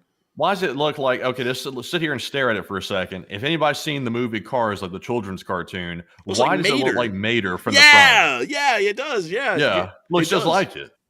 Dude, ugh. I'm telling you, I mean, that's a truck, but kind of looks like the next Mater. I gotta be honest with you, that thing kind of looks like Mater, but it's not towing. But he's not a tow truck, he's a hooker. I've got to be honest. You know those tow trucks that put that sticker on the back? It's like the best hooker in town or something like that. I know people have seen those. Yeah, it's so cringy every time I see that. I got to tell you, this thing kind of looks a little tough, but they're not hanging bull balls off the back hitch. Like, it's just like, it might be the next tow Mater. I don't know, but man, standards have gone down. I mean, really. And then the clip plays a little bit extra. Oh my God. Look at that license plate. I mean, yeah, that's on point. I mean, this might be California or something, but whoa. This is something new. You got in that freaking weird breathing, man, that he does. It's almost like semi-sexual. Like without the breathing comes out, man, you just got to sit there, sound like you're about to be like Hot Dog Man over there, and he sees a Ukrainian refugee that's, in a new country and vulnerable. Whoa, look at that. Whoa. You just got to be like that for the whole time you're doing that guy's impression. But moving on from that, we also got the Russian casualty report, and it was a good one today. Oh, they've gotten some more Bobcat losses. I think 2 might be the most they've had in a minute, actually. So, yeah, that's good to see right there. But unfortunately, tell us more. And I got to say this, Miss Decent Keeper of the Records was able to give us a juicy summary today. Troop losses are slowly dropping. The 7-day average is now 1,363, and that's a good year. What happened in the year of 1,363? Let's see here. It was a common year starting on Sunday of the Julian calendar. What happened in 1363? The Battle of Lake Poyang, a naval conflict between Chinese rebel groups led by Chen Yuliang and Zhu Wanjiang, I believe that's how that's pronounced. And also the old Japanese text, or as they called it, actually that's a Javanese text, and I'm not even going to try and pronounce that, was written. So apparently, Matthew, the folks who made like the cup of Java, like they were writing a text. I didn't know that. It's in Japanese. They have Colombian. They have all the other coffees. And you know the thing, dude. The Javanese actually made this really cool computer software called Java. Actually, pretty cool. Yeah. I mean, honestly, man, we're about to get canceled. I'm just kidding. But anyways, Miss DC Keeper of the Record said the average is now 1,363. Just get back to business. Tanks and AFVs are also a little bit lower. Artillery at recent average and MLRS and AAA is both higher. Well, AAA. I just said AAA right there. AA, which is the battery, are both higher the last 3 days, and vehicles are back over 100, and count them, plus 2 Bobcats for Enforcer Matt. And what a good number right there, as we were able to get the whole casualty report right here in front of us. 1,290 Russian soldiers have been wounded and killed over the past 24 hours, along 14 APCs, 107 supply trucks, 5 main battle tanks, 43 artillery pieces, 43 drones, 3 MLRSs, 2 anti-aircraft warfare systems, and 2 Bobcat skid steers. All in all, a pretty impressive day, and we love to see it. Absolutely incredible and amazing to see, as my phone will not open, because sometimes Matthew sends me stage instructions that y'all cannot see on air, and sometimes my phone, when it looks in my face, it goes, "You're just too ugly to be the enforcer," and that makes me shed a tear every time. But beyond that, Matthew was just trying to tell me that we have a poll, and we do have a poll. We have a aluminum poll, and I'd like to show it to y'all really quickly. Aluminum poll. This is the wait, we don't want to buy them, we just want to look at pictures of them. This is the poll. Matthew, take it away. Oh, wow. Look at that. Oh, you actually want me to go right into the poll? Yeah, no joke. I was actually sending you up to go straight into the poll.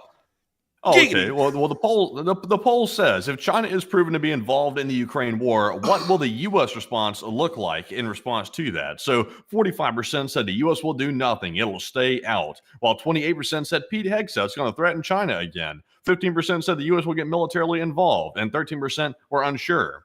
And honestly, on this one, this is another crapshoot. I think the fact that we're currently having a tariff war with China, the United States might be a little bit more apt to go in a little bit harder on China over the situation if it is proven that China is sending guys over to fight in Ukraine on behalf of Russia. So I think Pete Hegseth might make another appearance. He loves to threaten China, and I think he's going to get another opportunity to do it coming up very soon. So I'm with the 28%. But Enforcer, what say you? I would have to say that Pete Hegseth is going to threaten the Chinese again. I'd have to go with the 28%, because for some reason he likes doing it. And I think that's the best thing that we'll see to do. I got to be honest with y'all. I think Pete Hegseth, like, when he drinks and he has a hangover in the morning, I think he blames the hangover every single morning on the Chinese. Like, I think that's the only thing I can explain, because it's absolutely insane to me, man. He will get up every single morning. And what does he say, Matthew? What's like the typical thing that he says? Like, what is it? I don't know. I'm kind of scared to say it. Which one Yeah, is it? I'm kind of scared to say it too, because I'm like, I don't know if that actually is like all right to say. But He's just always threatening China, though. Like, that's one thing. Like, he may hesitate about certain things. Like, he has to get approval from the boss for just say certain things. But when it comes to China, that's like the easy going statement for him. He loves to get up on a mic and say, "We will go over, and I will go over myself to China, and I'll take care of the problem." It's like, bro, it's like, why are you so like anxious to get into a war with China? It's like, out of everybody you could want to get into a war with, China's probably the last country that we want to test that out with. Like, Iran is one thing, but China's another. And it's like, I think Hegseth's more like apt to threaten war against China than he is anybody else. man, Hegseth gets on TV, man. He says, "They thought that bad soup was bad. Wait until I get over there." It's like, bro, it's like, dude, calm down. It's like, I don't like the Chinese as much as the next guy. I actually got a decent, strong disliking of the Chinese government.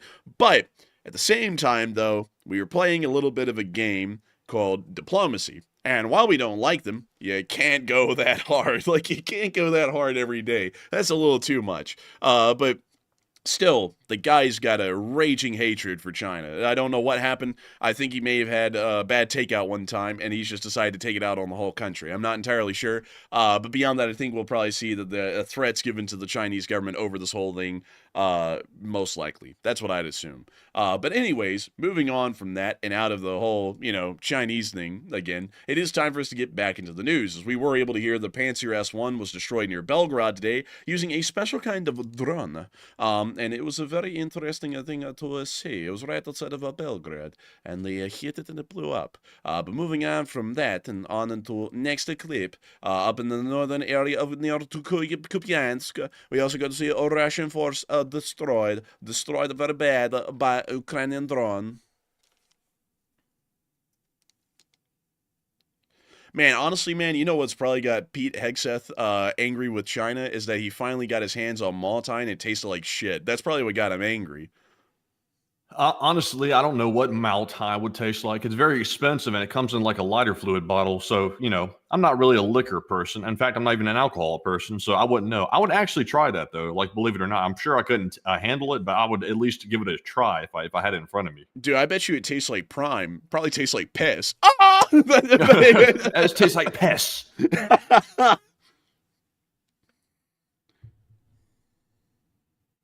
Has anybody in the chat tried Maltai, the Chinese liquor, by the way, like the really expensive one that only like the royalty? Like, I don't think it's only royalty, but it's very expensive. You have to be like the top class in China to be able to buy it. It's so expensive. Like, who's tried that in the chat? I wonder who's tried that. That would be interesting to know. I would have to say. But we can see them bombing out some tanks. Look at that. Whoa, I mean, they're dropping bomblets on those tanks, kind of like I was dropping turds in the toilet. By the way, that's not my words. That's an impersonation of someone else. It didn't come out that well that time because I'm getting a little nasally right now. But anyways. Someone said, according to my son, Prime is a delicacy. I've never had it, honestly. I've just heard terrible reviews of it, and I've stayed really far clear of it. And also, all the time I go to Walmart, when I used to see it in the store, it was always like stacked to the ceiling, like wherever it was at, and I didn't ever see anybody grabbing it. So I was like, oh, I'm not gonna like bother with that. And also, I don't like the guy who's in charge of it either. So I'm not gonna buy that and support his company either, because I personally don't care for the guy too much. I'll be honest with y'all, I generally stay clear of influencer brands, especially when it comes to anything food related, because I don't think any of them get food and safety regulations, to be entirely honest. There's always like some sort of a recall that's happening somewhere out there for something. So I just generally don't trust like creator brand food products at all, ever. But moving on from that and into Svatove, we did get to see them taking out some Russian drone. Okay, well, someone was getting angry there. Someone sounded like a rabid dog, man. They went, I was like, okay, man, calm down. Kozin said Maltai tastes like kerosene. I'd assume so. It looks like it's lighter fluid in that little, like, bottle that they have. But they swish it around in that nice little glass, and they say, it tastes notes of floral, a little bit of oriental. It's like, what? It's like, what does that even mean? Dude, if I drank it, I'd be like, that's it. It has hints of shit and lighter fluid. Like, it's like, I wouldn't be a fan, man, honestly. Like, and they drink it straight. Like, they don't mix it with anything. Yeah, there we go. We had it. Oh, and we had it, and then we didn't have it. This right here, Maltai, that's it. It looks like lighter fluid, doesn't it, folks? It looks like it's literally like a brand of kerosene that you'd use at a grill to light the thing up. Looks just like it. Crazily enough, y'all wouldn't believe it. This is the most expensive alcoholic drink in the world. Like, it's insane how much these things cost. They auction them off.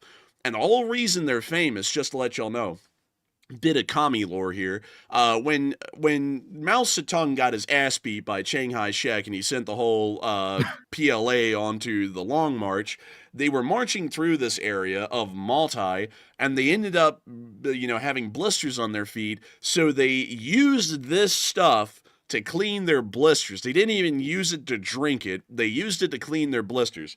Fast forward another 30 years or so after that, when the commies take control of the mainland, they make this stuff the stuff of worship right here. So then everyone wants to start drinking it. That's the only reason why this stuff is so expensive, is because of its commie lore. Beyond that, everyone would call this, I think it's a cheap like grain liquor that tastes like garbage. That's what it really is. I've never had it though to say it tastes like garbage, but I'm pretty damn certain it's a grain liquor. It's got to taste like garbage. Let's see. Yeah, it's a wheat-based liquor. That just doesn't sound good. Like, that doesn't sound good at all. Oh, well, and it uses water from the Chusai River. Am I seeing that correctly?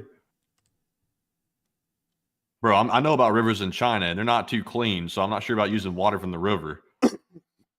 Let us endeavor further on the name of this river and see if we can get some pictures of it, because I'm pretty sure that thing is poo-poo brown. Let's take a gander. Oh my God!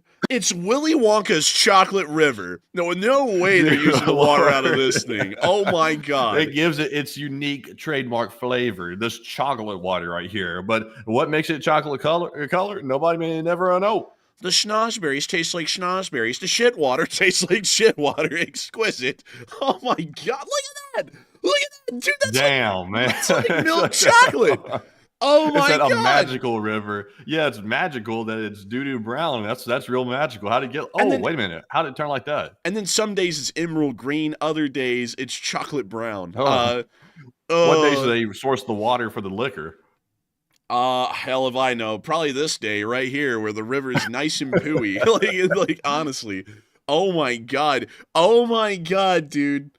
No way. Dude, you would catch me dead before you even got me close to a drop of that water, man. That, as in the words of East Malibu, that's the dewberry delight. That's the noodle poop. That's that butterscotch diarrhea river. I'm telling you, man. I think honestly, this water might be dirtier than that potable water that everybody always talks about. Don't drink the potable water. It's nasty. They don't clean it. It's like, I think this might be actually worse. Dude, honestly, man, I like it when you get that water out of those restaurant, like soda machines, man, and you like go for the water that's like half water, half Powerade. You know what I mean? And that mold in the machine still makes the water taste kind of like Powerade. I dig that. I'm just kidding, by the way. That's gross. By the way, did y'all know that if you ever get like water at a restaurant and it has like a hint of flavor of whatever the drink you didn't want was that was coming out of that water spout? Hate to tell y'all, there's loads of mold in that spout. That's why it has that flavor. So, might want to, might not want to, like, get a beverage that's not bottled from a fast food place. I generally get, like, bottled drinks if I can, or if the water tastes good, and that usually takes a first pass. So, good luck on that I first never pass. killed anybody. I never killed you. I've been drinking all those things for a long time, and I'm still alive. I just don't like the idea of that mold growing in there, Like it's like if you ever saw that mold, it's nasty, dude. It's like black, it's like crystalline looking, and then it's also squishy. I don't like the stuff. It just looks Well, nasty. that might explain a few things with me now. I've been drinking out of that my whole life. Matthew has this weird thing sometimes, y'all. I think this is from this, where he'll look up into the sky and just go, ah! Like every once in a while. I think it might be from that. What, have you ever been checked for Tourette's? but anyway. Yeah. Moving on from that, we did hear that the Ukrainians lost a small amount of ground in Chasiv Yar today. Sadly, I wasn't able to get an exact battlefield analysis to show y'all what was happening, but we did hear that there was a little bit of ground lost. The Ukrainians are holding their ground in Toretsk. It appears that that offensive is stopped, but moving on down into Pokrovsk, we were able to see that the Russians and the Ukrainians are still duking it out to trying for the Russians hold their ground and for the Ukrainians to push them out.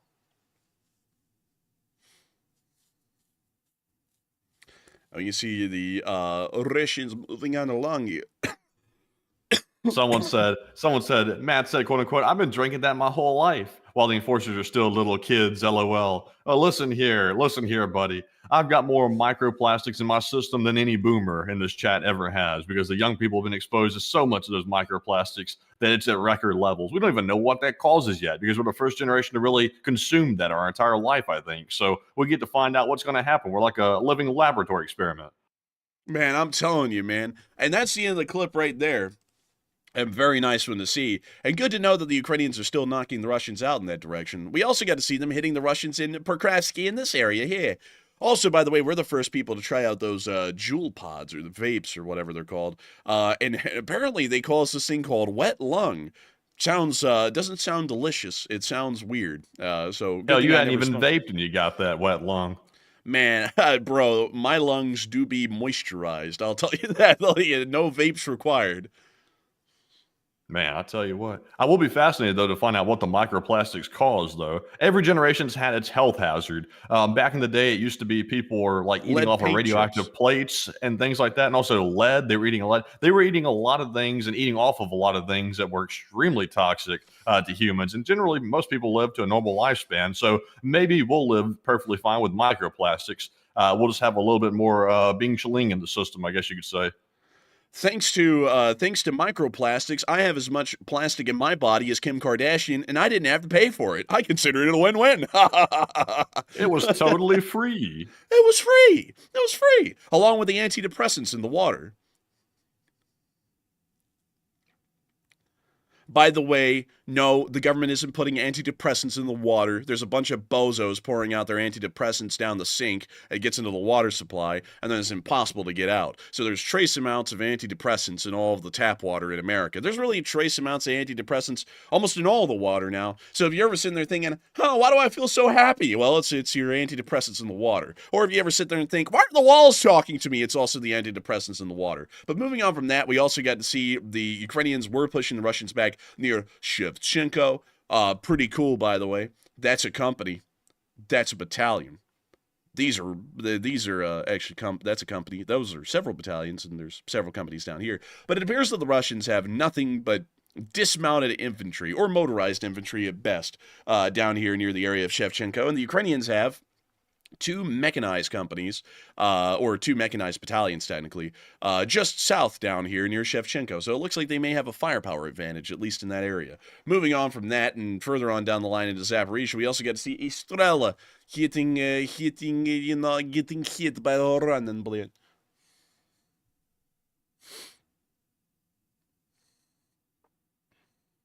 They have the spade cards down there. It says "Do not inventory" on it. DNI. They're like shopkeepers out here keeping shop. I mean, they're about to be shopping up them Russians, man. $11.99. Man, they're doing inventory today, and it turns out that some things are missing, and one of them is the Russian. Man, it looks like they're going to have to be writing up some losses today in that inventory. Oh, Man, I tell you. If only I could laugh normally. I'm laughing like an evil person right now. Yeah, I can hear that wet lung through the mic. Oh, yeah, you can. The moisture, man. It's the moisture. When I was given my lungs, Matthew, they called them self-wicking, moisturizing lungs. Yeah, it's real good. Except when you're trying to talk, and that way the moisture starts making itself, audible. Yeah, I don't like it. If you don't like it, I promise you that I don't like it. I'm the one with it, so I really hate it. Look at this. This person thought they were hidden, but they were wrong. Oh, and they were very wrong. Also, well, let's see. Someone put in something that is very, very common knowledge if you know anything about water treatment and water in general. Stu Burr, this may not be common knowledge to many, stated that sewer water is often sent to water treatment plants, then the cleaned water is returned to the tap water system. That is true. A lot of people don't know it, but you're drinking poo-poo pee-pee water every day that's been filtered and cleaned and then put back into the water system for your city.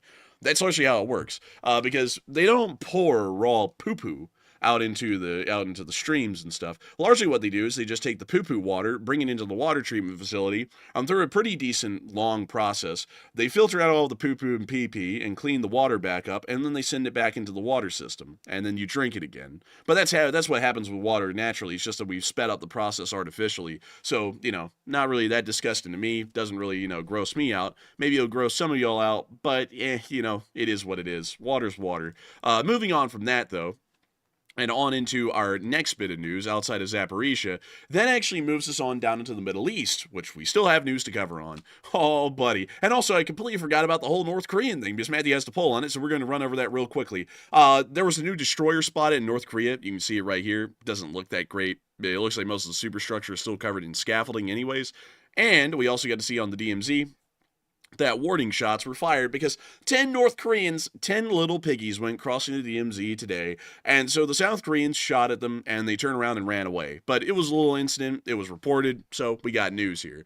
Nevertheless, North Korean soldiers breached the South Korean DMZ, resulting in warning shots being fired their way, and a lot of people have been putting in their thoughts. And when I mean warning shots, I didn't mean the South Koreans actually fired at them. I mean like those verbal kind of warning shots that you get at like a family function where they go, "You're fat, maybe you want to lose some weight, fat ass." That kind of a warning shot. So beyond that, what are people's thoughts on this, Matthew? Are they saying that they're testing the DMZ again, or just wanting a little bit of chaos? So what do the North Koreans want, according to everyone, and what are you thinking they want too? So 62% of the audience said North Korea is testing the DMZ once again. They're probing, while 24% said North Korea just wants a little bit of chaos, and 8% said it seems like war preparations.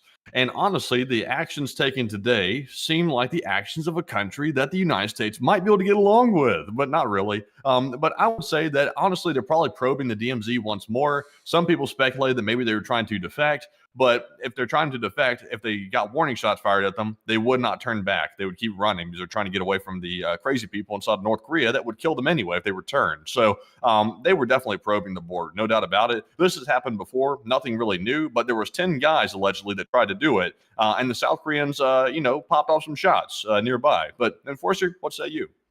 I would have to say that, in my opinion, I think that the North Koreans are just wanting a little bit of chaos, just wandering those guys across the border just to see what would happen. And it's the same thing that's happened for 70 years. They get shot at, they run away. So, it's like nothing new. So that's what my opinion would be. But moving on from that and into the Middle East, we were able to hear the Erdogan be running that mouth good. That mustache is getting thinner and thinner with every passing picture, and there are no pixels in that picture either. But beyond that, Erdogan stated Israel will fail in its attempt to redraw the region's map as his mustache continues to fade from existence.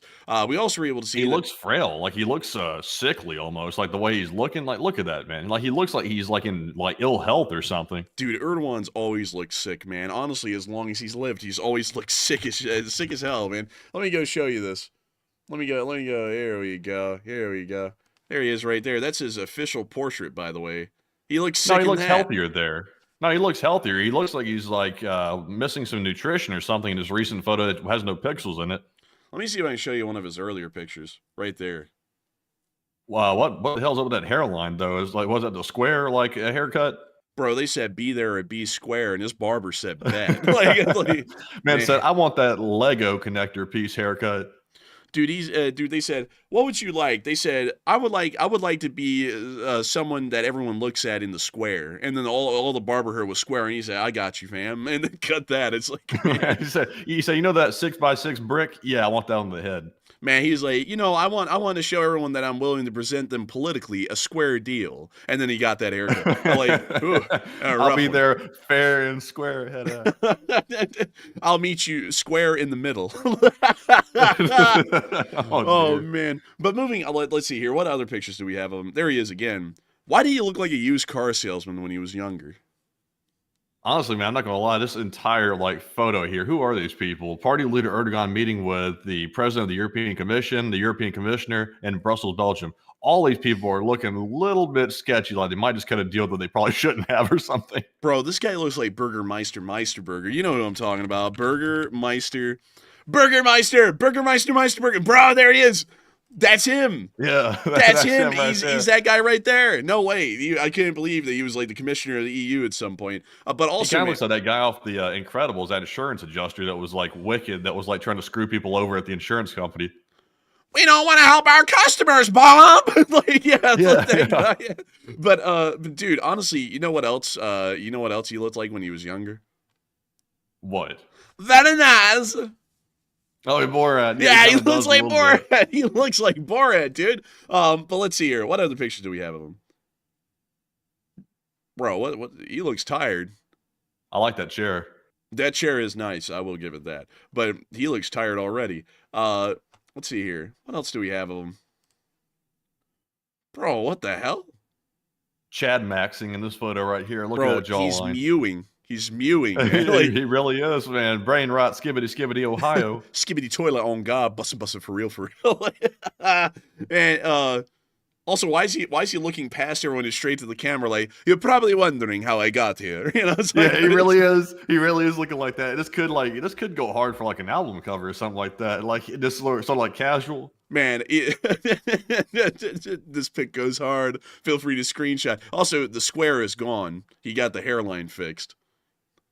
Yeah, really. Honestly, you can tell these two in front of him though that are meeting each other. They're not really sure about each other. You can tell by the look in this other guy's face right here. He's trying to size him up. He said, "I think I can beat his ass or something." This guy's got a mix of handsome Squidward going on with the lower part of his face, like with the jawline, and also a French cavalry helmet from the 19th century for the hairline. And also, in this frame, you may not notice him because he's sort of hidden, but that appears to be the Pfizer CEO back there in the background, Albert Bourla. Not really, by the way. It just sort of looks like him. Kind of has the same kind of like look in the face a little bit, but, rumor has it. Dude, that guy's trying to sneak out because he just did a horrific shit in the only bathroom in this building. And he's like, he got caught on the camera. He's like, oh, no. He's like, I'm going to be caught. Wait, hang on. Hold up. Wait a minute. There's so many freaking pictures of him. They got like 1 million pictures of this guy on Wikipedia. I didn't expect this. I thought they have like 3. Let's see here. Hold up. If I ever became the president, I would definitely invite Erdogan over if it was Thanksgiving because he's turkey. Bro, he would bring the turkey, not the gravy. Man, he would bring the turkey, hold the gravy. No gravy with this guy. But beyond that, he did state that the Israelis will fail in attempting to redraw the regional map. And then they sent in military convoys into Syria again today. They've got more of them on the way. And we're going to be muting the whatever that is. It sounds like some sort of a nationalist thing. But we can see them driving in the Kerpi. There goes the Kerpi. Oh, they're bringing in the container That's the name of that box. vehicle. I was going to mention that in the video today. I said, I don't really know what that is. But I was looking at it thinking, I know the name of that. I just can't remember. But yeah, it's a Kerpi. Bro, this guy is playing Creamsulator 2025, like driving that close to these APCs, well, armored cars, really. That one guy took a little slight swerve at him. I saw it. Oh, look at that guy. Bro, I'm not gonna lie, man. This convoy feels like GTA NPCs. Like when you're driving past them, they're gonna pull out in front of you to crash you.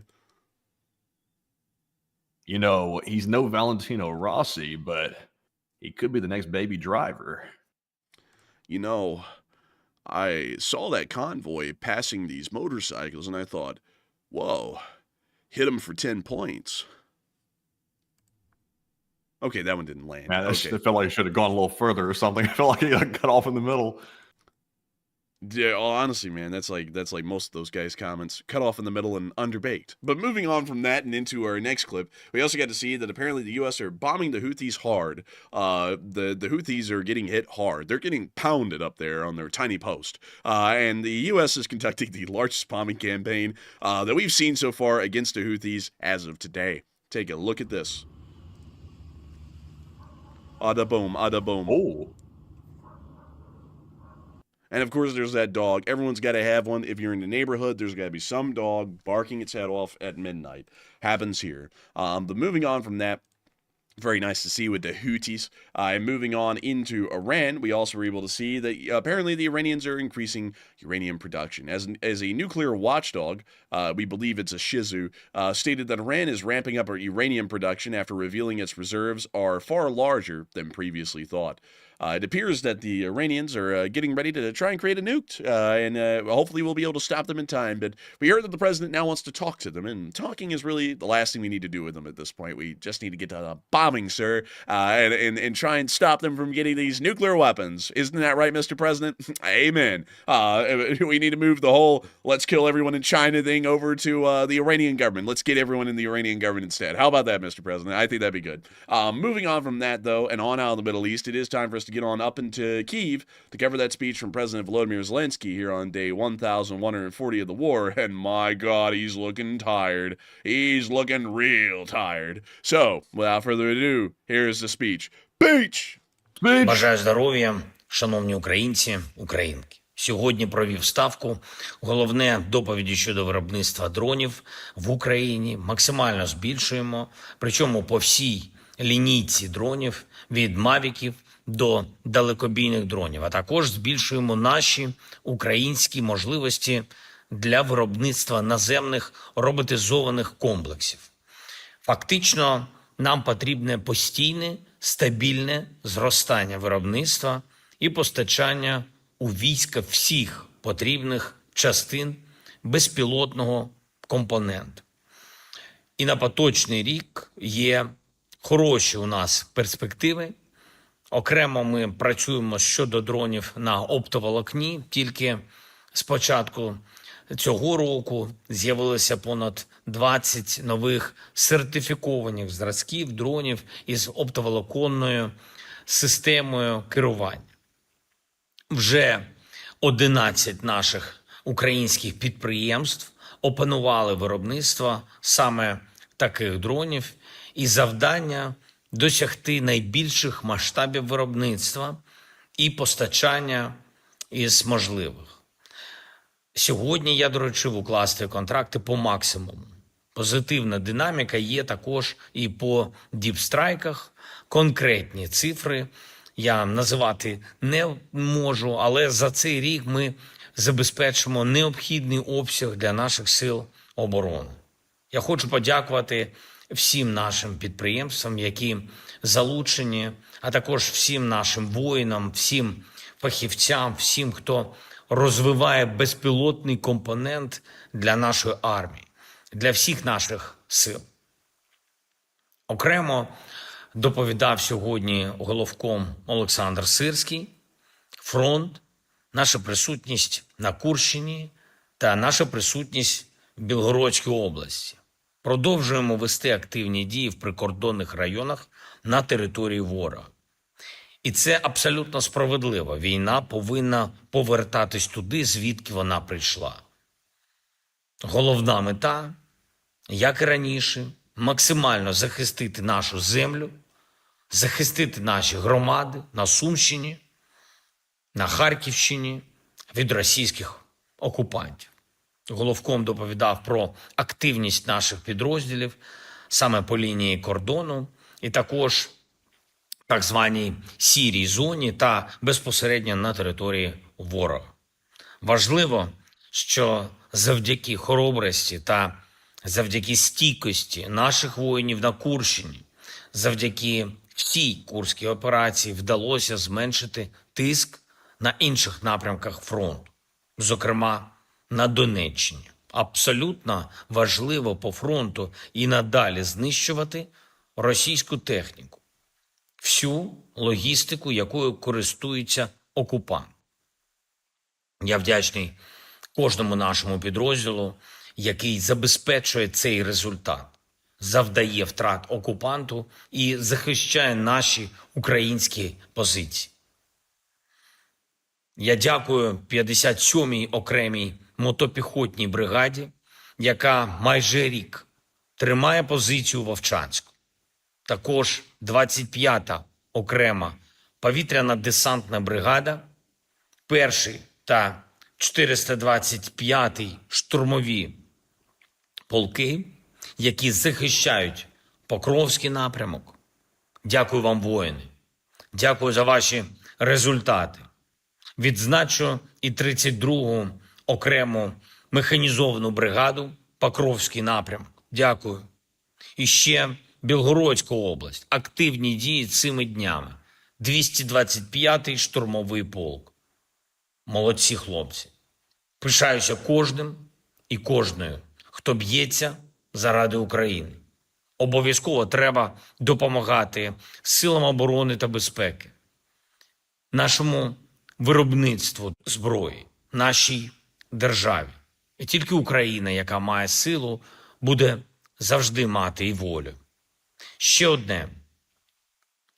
Міністр закордонних справ України доповідав сьогодні по комунікації з нашими партнерами по всіх заходах у відповідь на продовження жорстоких російських ударів. Ми працюємо на всіх рівнях. Росія повинна відповідати за цю війну. І це буде у будь-якій доступній формі. Працюємо і щодо нових оборонних пакетів для України. Готуємо відповідні новини. Слава Україні! And Hiram Slava. And with that, that is the end of the speech from President Volodymyr Zelensky here on day 1,140 of the war. And that finally moves us on out of this news segment 2 hours after it began. 2 brilliant hours of news coverage. And it moves us on into the segment where we get to yip-yap with all of y'all. And of course, we love to yap with all of y'all. We're master yappers, as they say, and there's not a single quiet moment in the stream, leaving some people, much like schizophrenics, to ask the same question. Why will the voices not stop? And that's a great question. Sadly, I can't answer that for schizophrenics, but I can answer that here on the show because we can't have dead air. That's a bad thing. But beyond that, we are getting on into that second segment where we get to talk to each and every single one of y'all. And boy, howdy, do we love talking to all of y'all. We love it to pieces. But beyond that, Matthew, I was just wondering, do we have any more polls left? Do we have any more polls, I say? So we have no more polls left. We are fresh out of polls, but we've had very good polls tonight. Of course, we do love the polls very much, but we are fresh out as of right now. But I will tell you all one thing very good, because I see Gulf of Matt LSA saying, oh, I love Chipotle. Chipotle is my life. It used to be my life as well until they had a little bit of an issue with one of their foods one time, and I stopped eating it. I tried it again tonight. I got very brave. I'm sure Zelensky is very proud of that fact that Matt has tried Chipotle once again. And it actually turned out to be quite good tonight, but I had to drive about 30 minutes away to go get it, which is something that I cannot do on a regular basis. So, it was good while I had it, but, unfortunately, the other ones aren't too good. So they just have issues with the little food stuff, little food safety, little problems from time to time. Not all of them, but some of them. And they got me paranoid last time after the last time I had it. Y'all might remember if you're Channel Legends, that little episode. But I'll tell you what, it was pretty good tonight. I got to admit. That's great to hear, Matthew. Matthew just stopped the comment right there. I was kind of shocked and surprised and scared. I wanted you to weigh in on this Chipotle madness. I wanted you to add in your 2 bits or pieces, or I got to be honest with you, folks. I don't like Chipotle. I just don't. I like the nachos and cheese, though. Yeah, that's pretty good. I like it all personally, as long as they're preparing it correctly. It's pretty good. Maybe if I had a good Chipotle, I'd change my mind. But the Chipotle we have near us, I call it Poopotle, because it produces nothing but poo. Like, it's bad. And Matthew got food poisoning from the place. But you know something that I heard, y'all? I think I'm rubbing off on Matthew a little bit. I was proud of this today.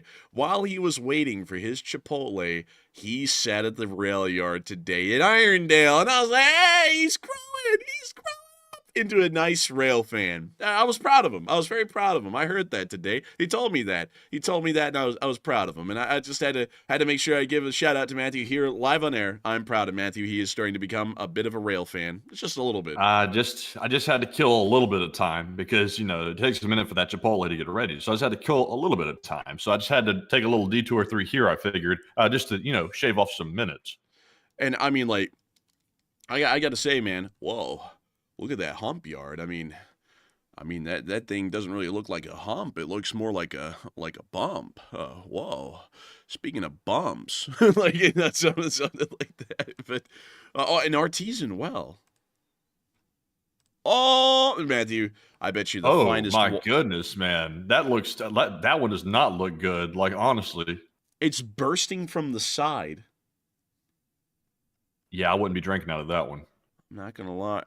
Whoa, what the hell? Okay, all right. We got a woman of the woods. No, that scared the hell out of me. I didn't know what I was looking at for a second. I was like, what the hell was that? If you would see me, Matthew, I was literally hot dog, man, when he went, ew, what the? Like, I did that for just a quick second. Yuck. Ore crusher for number 3, slope mine. This must have been a part of the mineral railroad that existed here within the city of Birmingham. Did you know about that railroad, Matthew? I think it was oh, dang it. It's like the something mineral railroad. I think it was the Birmingham Mineral Railroad. I think that's what it was called. Do you know about that railroad, Matthew? Do you know about it?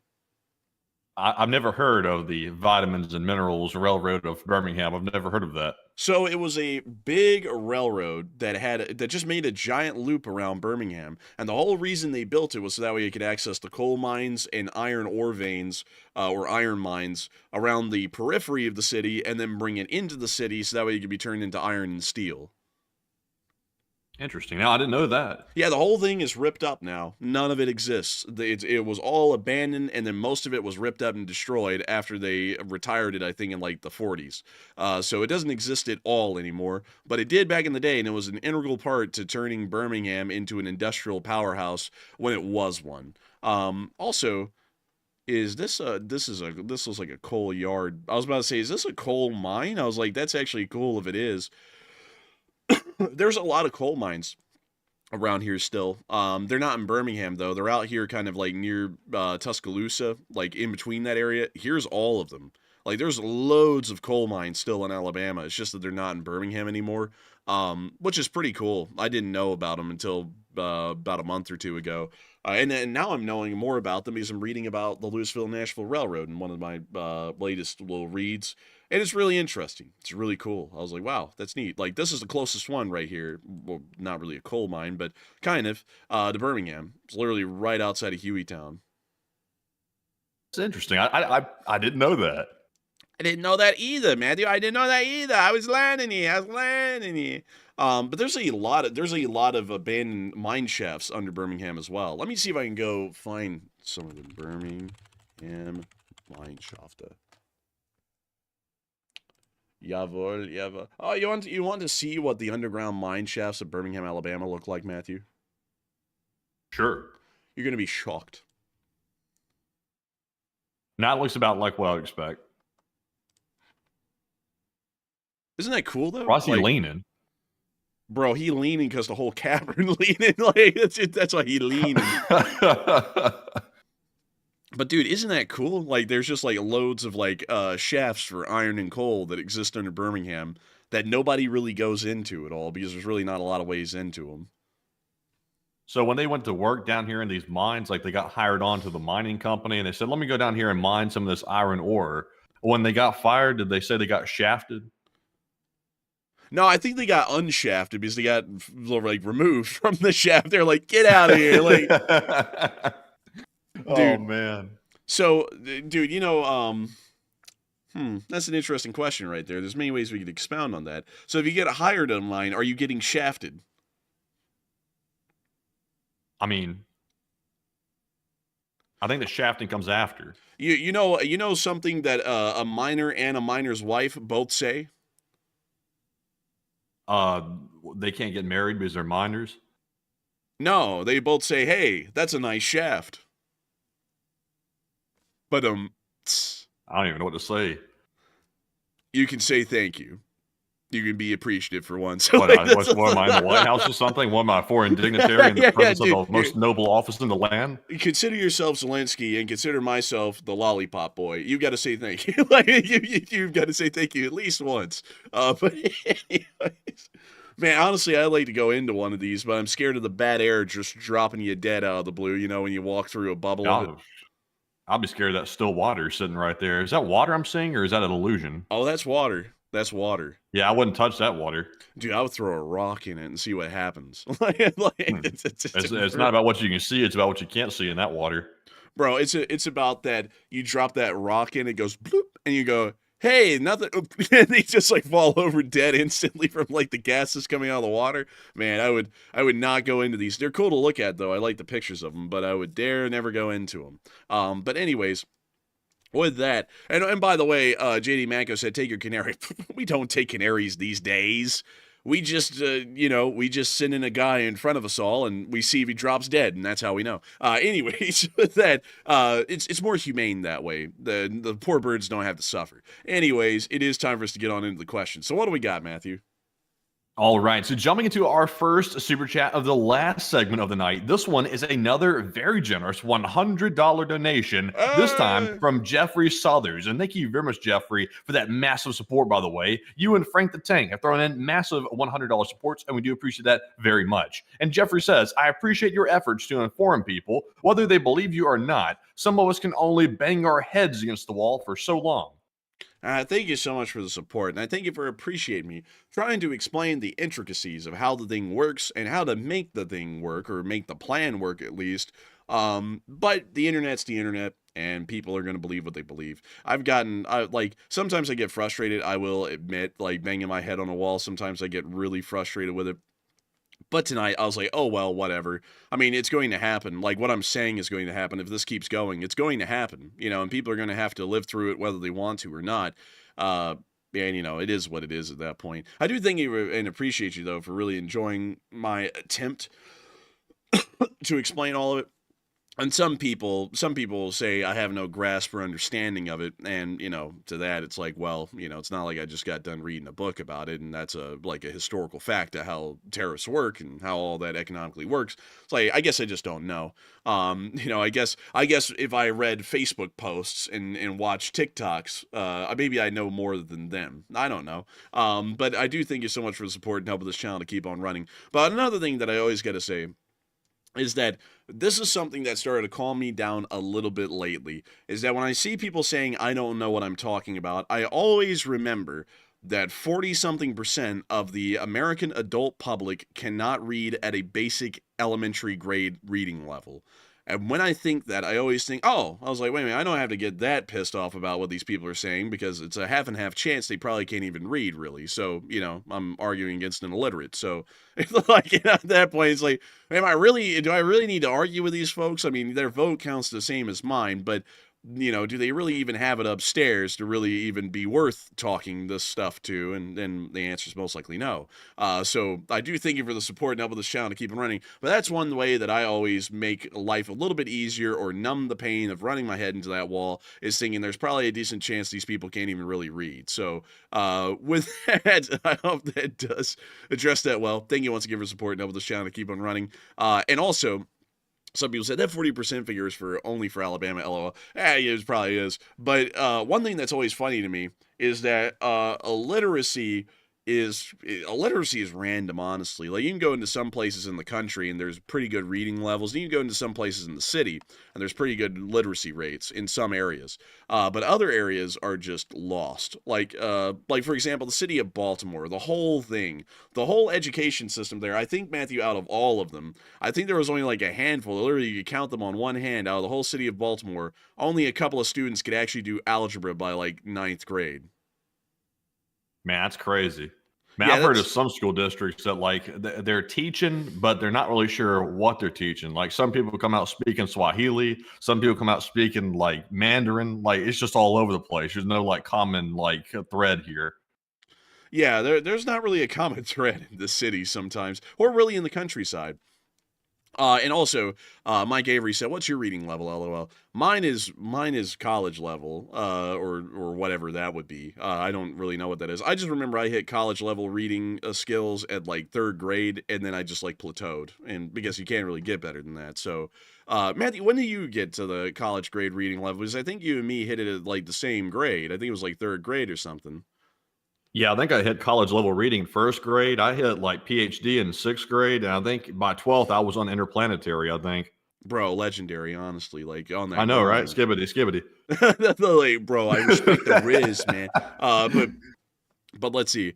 Someone said, "Don't get started on the maths." I'll be honest with you, I'm one of those people that aren't good at math. I hate to say it. All of y'all know that it's a bit of a joke. The education system in Alabama didn't do good at teaching math, so the teachers would do this. They'd be like, "Okay, so trigonometry, folks. Okay, so basically you take and you do and then you should come up with this." And it's like, well, how do you do that? "Oh, I don't know. I just explain it. Why don't you figure it out, idiot?" And I'm like, well, that's what I'm trying to ask you about. Man, honestly, man, teachers in math, man, in our school had such a stuck-up attitude about it. Man, they were rough. I remember the last year, like the 12th grade year, I had a teacher for like, I think it was calculus or something like that. And this lady was so rude, like so rude. I literally, like, anytime anybody would ask a question, I remember asking her a question like, "How do you like do like this like arithmetic right here, like whatever we were like focused on?" I can't even remember anymore because I forgot all that crap, thankfully. But she was like, "What do you mean?" I was like, "How do you do this?" And she just sat there and went silent and just eventually walked off. I was like, "What the hell?" I was like, and everybody knew, like, this lady doesn't teach. She just literally showed up and she'd pull up her phone and start like watching TikToks all day long during class. I was like, "What the hell is this?" She didn't last very long there. She actually, I think, got booted out of the whole thing. Man, I remember that one government teacher that we had, Matthew, you and me had as seniors. You remember that one? Uh, mm, was it the one that was highly political? Yeah, the one that was really political and also quite stupid. Oh yeah, she was crazy as hell. I like, it was like 50-50. One day you'd show up and she was like going berserk about something about politics. The next day you'd show up and she was literally going on like a hardcore like depression crying like routine or something like that. It was like every day you showed up, it was something crazy. Oh man, I remember that teacher. That was a real deranged person right there. I can't believe they got a job around like even close to adults, like legal adults. I was shocked by that. That teacher was crazy. And like everything, it would be the same spiel every day. It would be, "Listen, y'all, political topic, political take. Are you freaking kidding me?" And then it was literally that every day. You remember that, Matthew?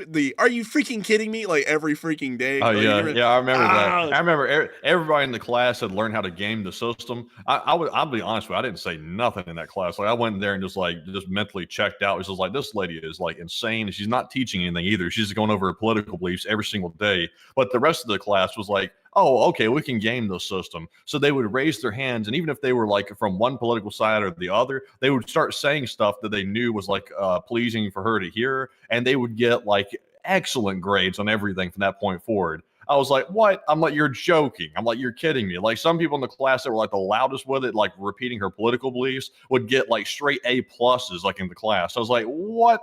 I was like, no, I'm good. I'm just going to like check out when I come in here and just like sit here and make it an easy class. I think I still came out of there with like an A or something, but not like a top A plus or something. I'd have to repeat the political points for that.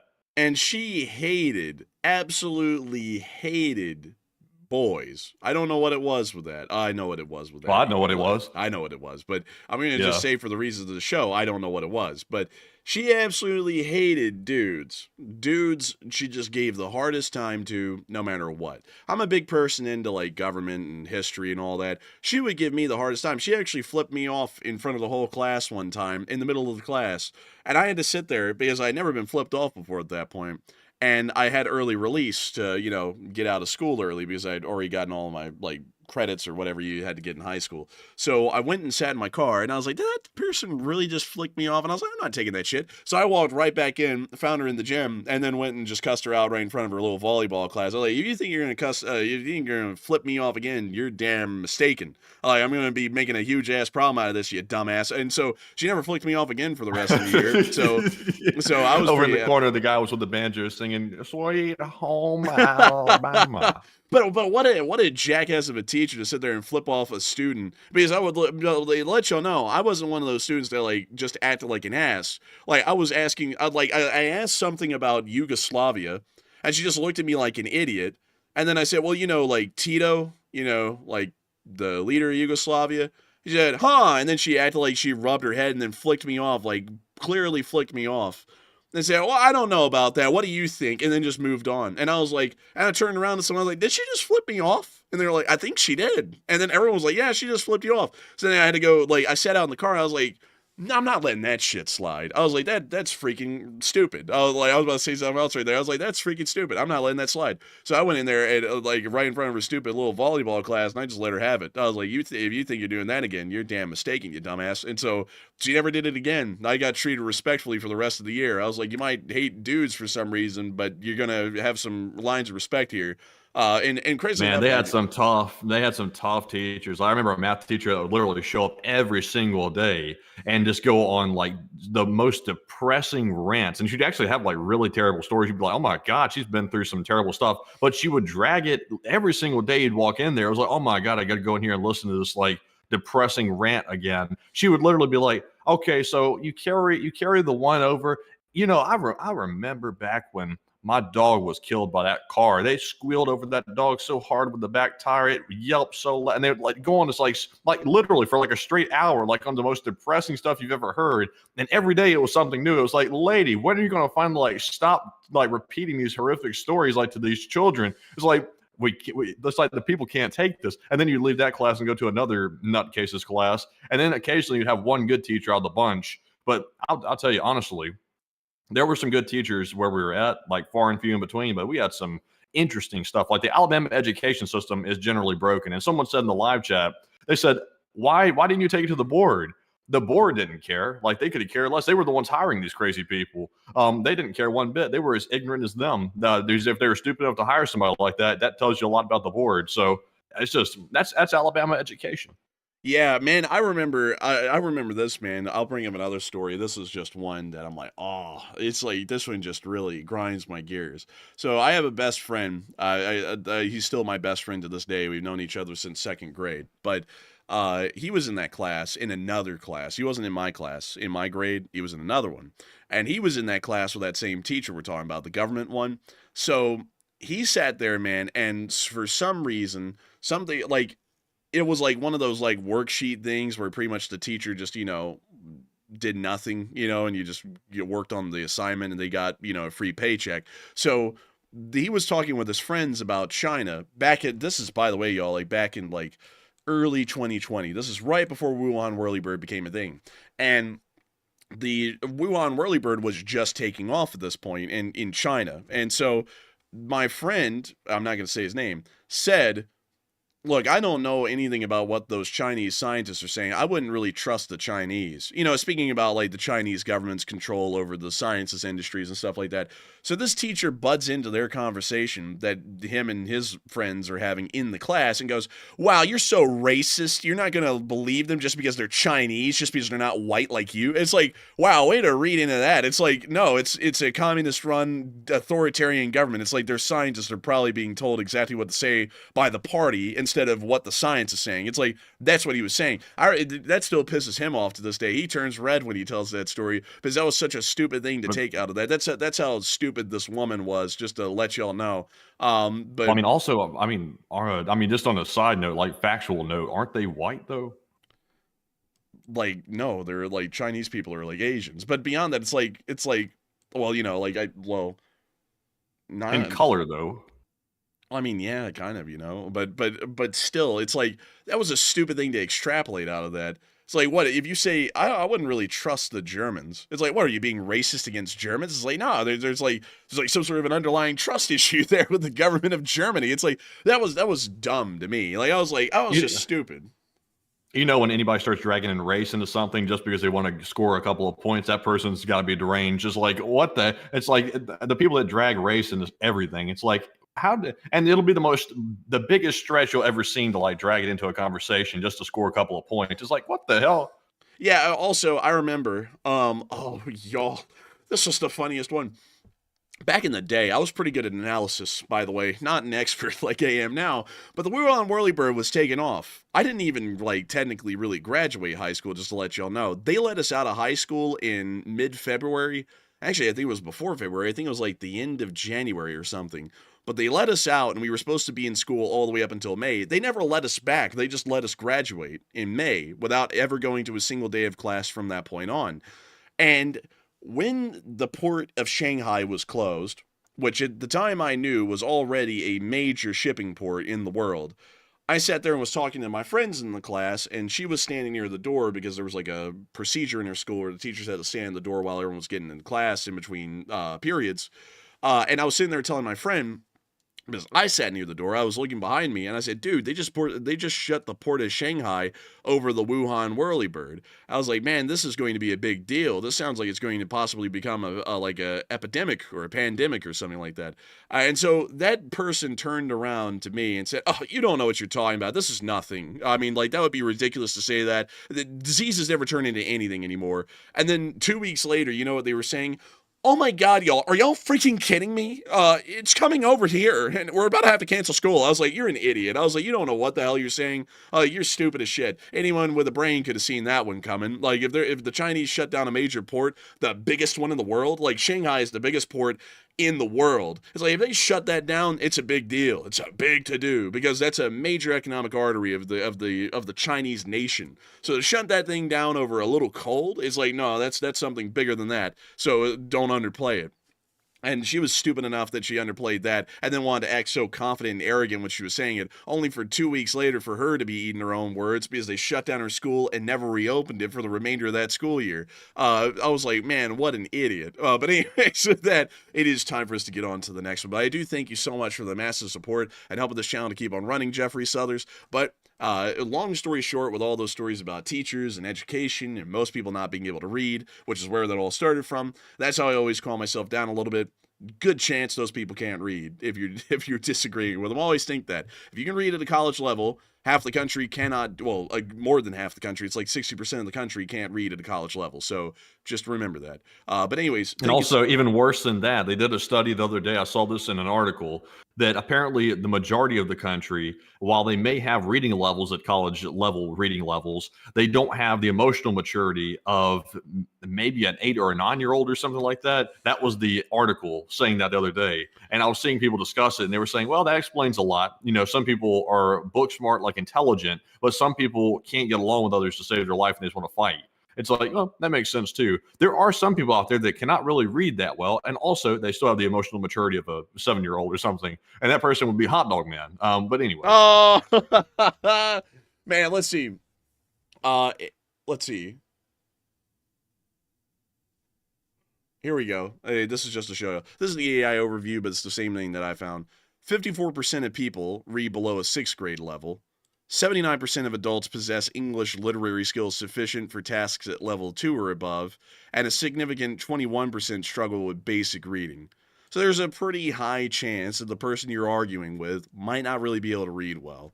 That's a kind of a wild thing to think about, but a reality. Oh man, they sure are yapping well though. Like if you're arguing with them, they're a damn good yapper, but they might not be able to read. Man, they'll be able to yap all kinds of stupid stuff, man. And you can really tell a sign of ignorance here in Alabama. This is a common one that I find is whenever people talk like a WWE like wrestler. You've ever seen that before, Matthew? You don't know what you're talking about. You don't know what you're talking about, brother. Like that kind of stuff. It's like, and they do like the hand thing and everything. They're like leaning forward and backwards as they're standing, like yelling at you. Pretty much, it's like this person. I think that's like a crackhead. Then that's severe signs of low intelligence right there, folks. I've never seen anybody in real life like that, honestly. Only on TV. I've seen a lot of people like that on body cam clips from here in Alabama, like where the cops show up to their place and they're like, okay, we have a warrant. You don't have a warrant. You don't have a warrant. And like, they'll be doing that. And like, they won't be on drugs or anything. They're just like that. They're just crazy. And I'm like, wow, that's a crazy thing. But anyways, with that, we are on to the next one. All right, and our next one goes to Drew Krigbaum, who puts in a $20 donation. And thank you very much, Drew, for that support. And we appreciate that $20 support very much. He said, my first super chat here in Enforcers. Hey, and thank you so much for the support, Drew Krigbaum. And thank you for your first super chat ever and helping this channel to keep on running. Folks like you make this thing a reality, make this thing possible, Drew. And I got to thank you massively for the support and helping this thing to keep on running. Because if it wasn't for folks like you, we wouldn't be able to make this thing a reality each and every day. And so a big thanks to you once again. I hope that has addressed that incredibly well. And with that, we are on to the next one. And our next one goes to Anthony Haley, who puts in a $20 donation. And thank you, Anthony, as well for that support and also helping to keep the channel running. And Anthony put in 3 American flag emojis. And I love to see it. Even though there are some things right now which could use some fixing with U.S. policy, I will say I'm patriotic all the way because things always turn around for the United States, and they will this time as well. It may take a minute, but it'll turn around eventually. But thank you very much, Anthony. And Enforcer, what say you? I thank you for the support, Anthony Haley, and I love to see the overflowing patriotism here. We love the United States of America. That's where all of the analysis comes from. Whenever we have a dissension from what the government's doing, it's because we care about y'all and what would be the best for y'all and what would be the best for us as well, all together. We're looking out for each and every one of y'all here on this channel, big and small, both the big guys and the little guys. Really, to be honest with y'all, we look out for the little guys a lot more because the big guys can survive a lot, but the little guys get crushed pretty easy, so we got to make sure to look out for them. But I do thank you all so much once again for the support and helping this channel keep it running. I got to thank you for the patriotism, because at the end of the day, we are as big American patriots as anyone else, or otherwise I wouldn't have gotten the orchestra who did the Squid Game soundtrack to make patriotic music for us in the intro. That would be a lot of money to waste on American music if I didn't even like America. So with that, thank you once again. Hope that does address that well. And with that, we are on to the next one. All right. Also, let's see, Jack in the live chat asked another viewer, if the starting salary was $100,000, would you want to mine coal? Honestly, for $100,000, if I was looking for work, I would consider mining coal. I'll be honest with you. That's not a bad starting salary right there. Like, in fact, that's actually very swell. Like, if you get a government job, it takes actually several years to work up to $100,000 in most jobs for the government. So, very interesting. And that's when the government jobs used to exist before they were all slashed. But anyways, jumping into our next super chat, this one goes to Chargy, who puts in a $20 donation. And thank you very much, Chargy, for that $20 support. They said, I will gladly pay you Tuesday for a hamburger today. And thank you very much, Wimpy. And Wimpy, I got to tell you, I'm not having that. You got to pay right here, right now. In fact, you got to pay me back tax. In fact, you got to pay me triple back tax. we're gonna be cramming it down around here. But thank you for the support and helping this channel keep on running. And we love to have you here, Wimpy. Thank you so much once again. And with that, we are on to the next one. You know, as Wimpy always used to say, a hamburger lives for the pleasure it gives. It's a thrill on the bill of fare.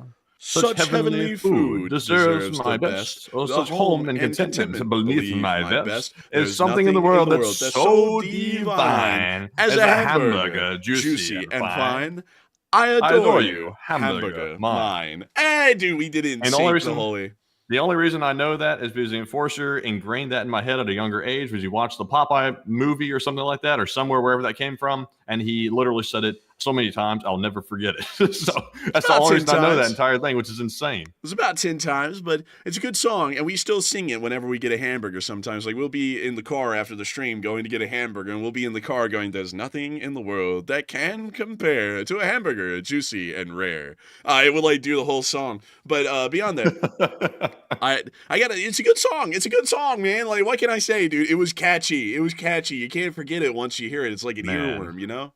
I tell you what, sung like a true Chinese propaganda song, all in synchrony and all in terror. And all monotone. Like, there's nothing in the world that's so divine. Anyways, with that, we are on to the next one. And to congratulate the moment and to bring this in with a ceremonious occasion, Illumi puts in a $50 donation. And thank you very much, Illumi, for that $50 support. That is massive, by the way. And they literally did not put in a comment. So I can only assume it was to thank us for the Wimpy song that came out of nowhere in sync, just like a comedy horror film or a song.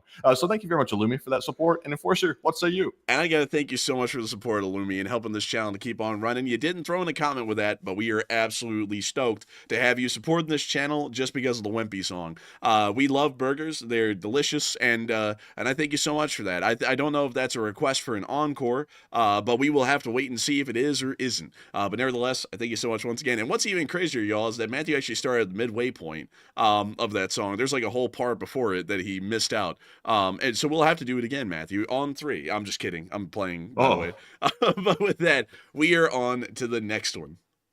All right. And our next one is going to go to Drew Krigbaum once again, who puts in a 20. And thank you very much, Drew, for that support. Hey. He said, Ukraine will conquer Russia with the help of us. Thoughts. Let's see here. Thoughts. And Enforcer Matt, you guys are awesome. And thank you. And thank you, Drew, for the kind words. I appreciate that. And thank you, Drew, for the support. But I don't want to see the Ukrainians taking over the Russians. The Russians are a sovereign nation. It is their land, like them or not. I believe in respecting sovereign borders. That's the problem with the war right now, is that the Russians didn't respect Ukraine's sovereign borders. So it'd be a little bit hypocritical if we immediately went to, instead of Russia taking over Ukraine, let Ukraine take over Russia. More so into respecting international borders and enforcing them instead of violating them when it benefits us and not. But I do thank you so much for the support and helping this channel to keep it running. I thank you for the kind words as well, because if it wasn't for folks like you, we wouldn't be able to make this thing possible, and we wouldn't be able to keep it running right now. And with that, we are on to the next one. And our next one is going to go to none other than Jay Bagwell, a channel legend and friend of the channel in real life. And thank you very much, Jay, for that massive $20 support. And we appreciate that very much. And thank you for supporting the channel. Jay said, great stream, guys. And what do you think the U.S. response will be if China starts to seize American real and intellectual property similar to what Russia did? And I'll tell you this, Jay, they already threatened, and it's probably where you came up with the question, they already threatened to start basically re-examining the benefits of U.S. intellectual property operating inside of China. So that's already an indication they're starting to think about doing that. So that certainly is a possibility on the horizon. And honestly, what will the U.S. response be to that? Honestly, I'm really not sure if there's anything we can really do about it. And of course, China already steals our intellectual property sneakily right now. They've been doing it for ages. But basically, they start doing it in the wide open, according to this new idea that they have in their head. So I'm not really sure what the U.S. would do, if anything. I'm not sure if we really have any alternatives to respond to it. But Enforcer, what say you? I'd have to agree with Matty. I don't really think we would have a way to respond to it. If they did something like that, diplomatic relations with China are over. That's for sure. We'll most likely cease those. But beyond that, I don't really know what we could do. We can't really sanction them. We've already sanctioned them with 104% tariffs for the large part. And we're already going to be seizing. Yeah, I've heard already. This is statements being made by the U.S. administration. They're looking into either trying to take back the property that China has purchased in the United States. Like, for example, they bought farmland around sensitive military sites. They're potentially looking at trying to take that property back, and they're also trying to prevent China from buying any new property in the United States. So the United States is also thinking about doing the same thing that China might do right here with this as well. So it could just be a tit for tat, and that could be the actual response.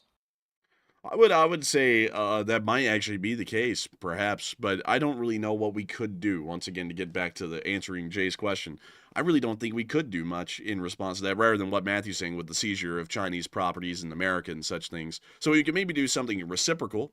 That is a great word, reciprocal. We could probably do something like that, but beyond that, our hands would largely be tied outside of that sort of a playing sphere. Also, I saw someone say, how to control stupidify people, lower the level of education, make religion a priority, make sure they get the wrong info.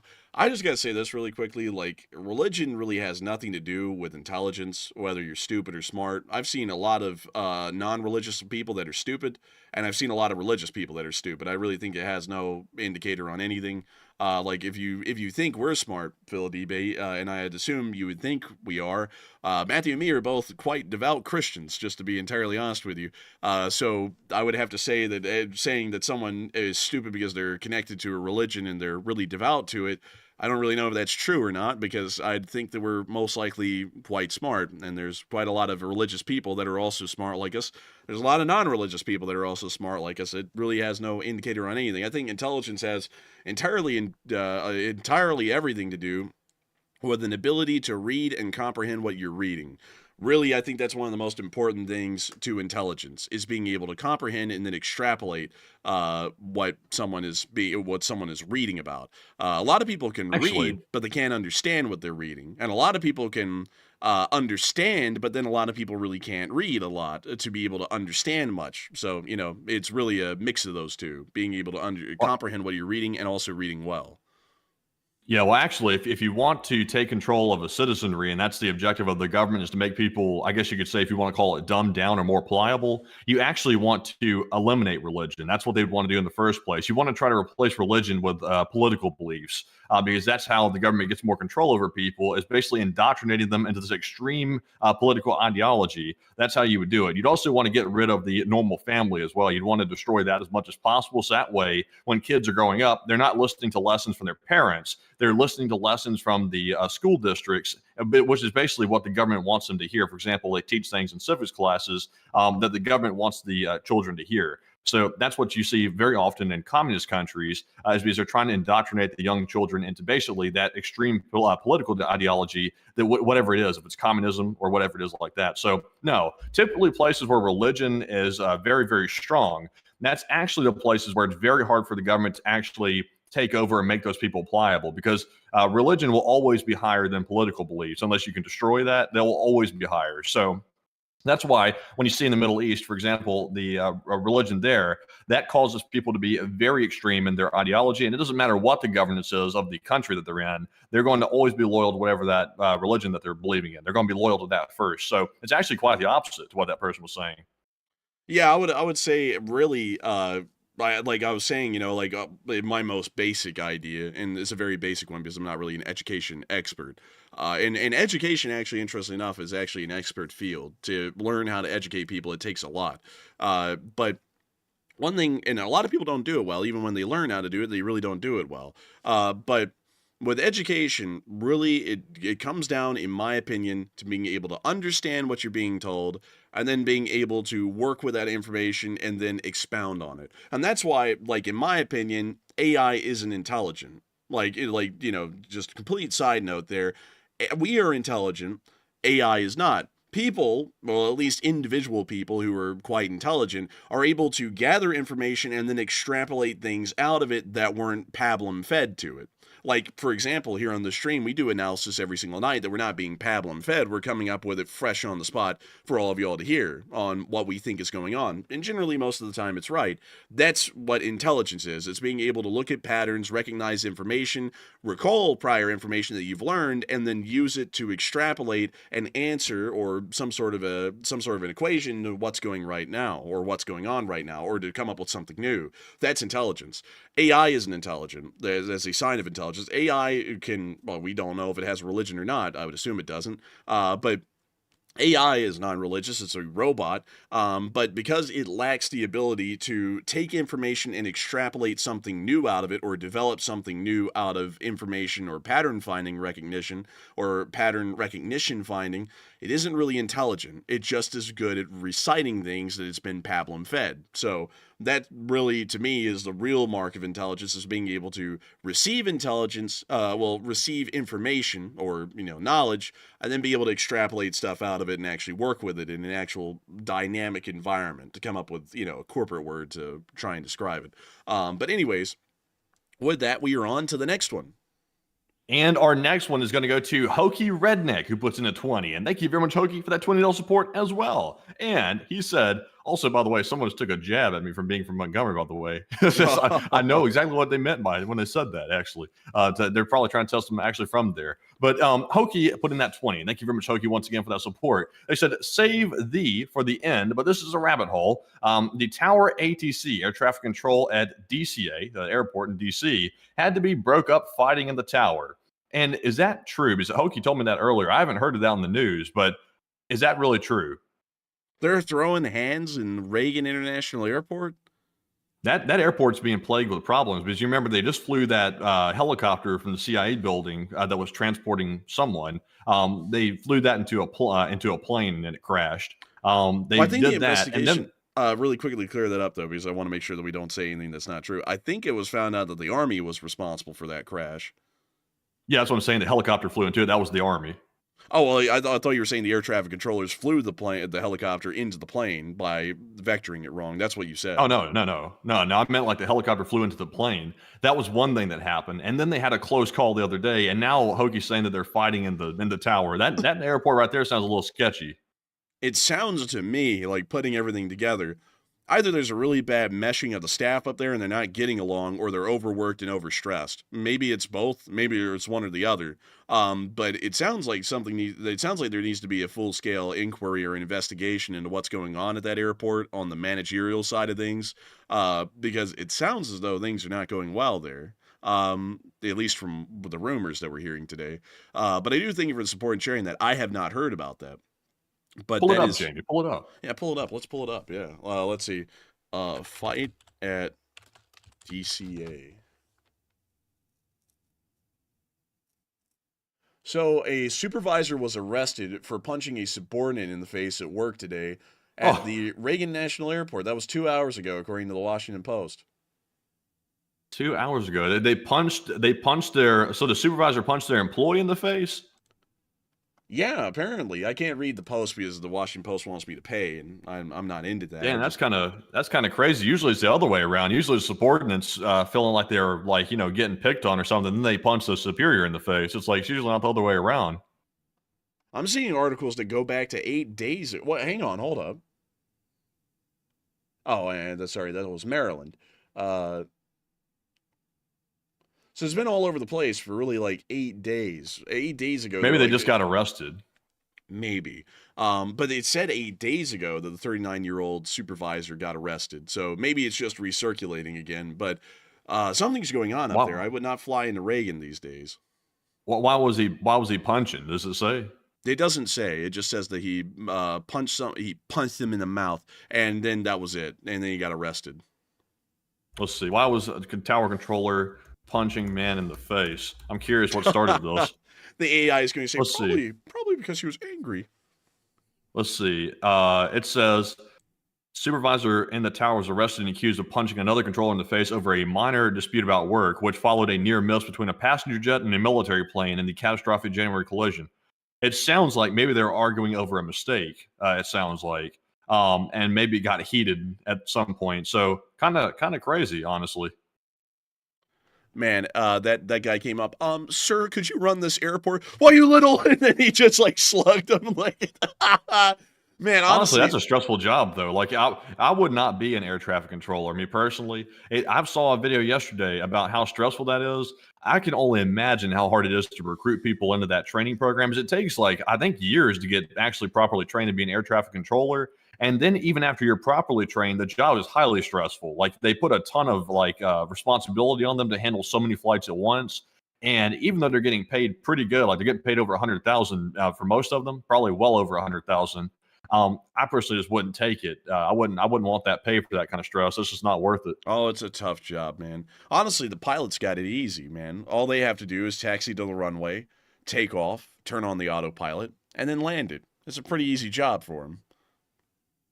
Yeah, it is. It's the pilots are having much, and also the air traffic controllers have to sit in basically an office all day long. They don't get to fly around. So yeah, the pilots have it much easier. Yeah, the pilots have got it made. Really, everyone on the planes have it made. The people who don't have it made is everyone who's not on the plane. The ground crews, the air traffic control guys, everyone working in the airports. They don't have it made. They actually have tough jobs. The folks on the planes have the easy jobs. And also, I know someone's going to say, well, a pilot's job isn't that easy. I know they have to do like the calculation for fuel and everything. But once they put in the That's not my computer. waypoints, well, yeah, it is. Well, I remember they used to do it by hand up until like years ago, right? Yeah, they have a centralized flight computer now that calculates all that for them. They just had to put raw numbers in, and it does all that for them.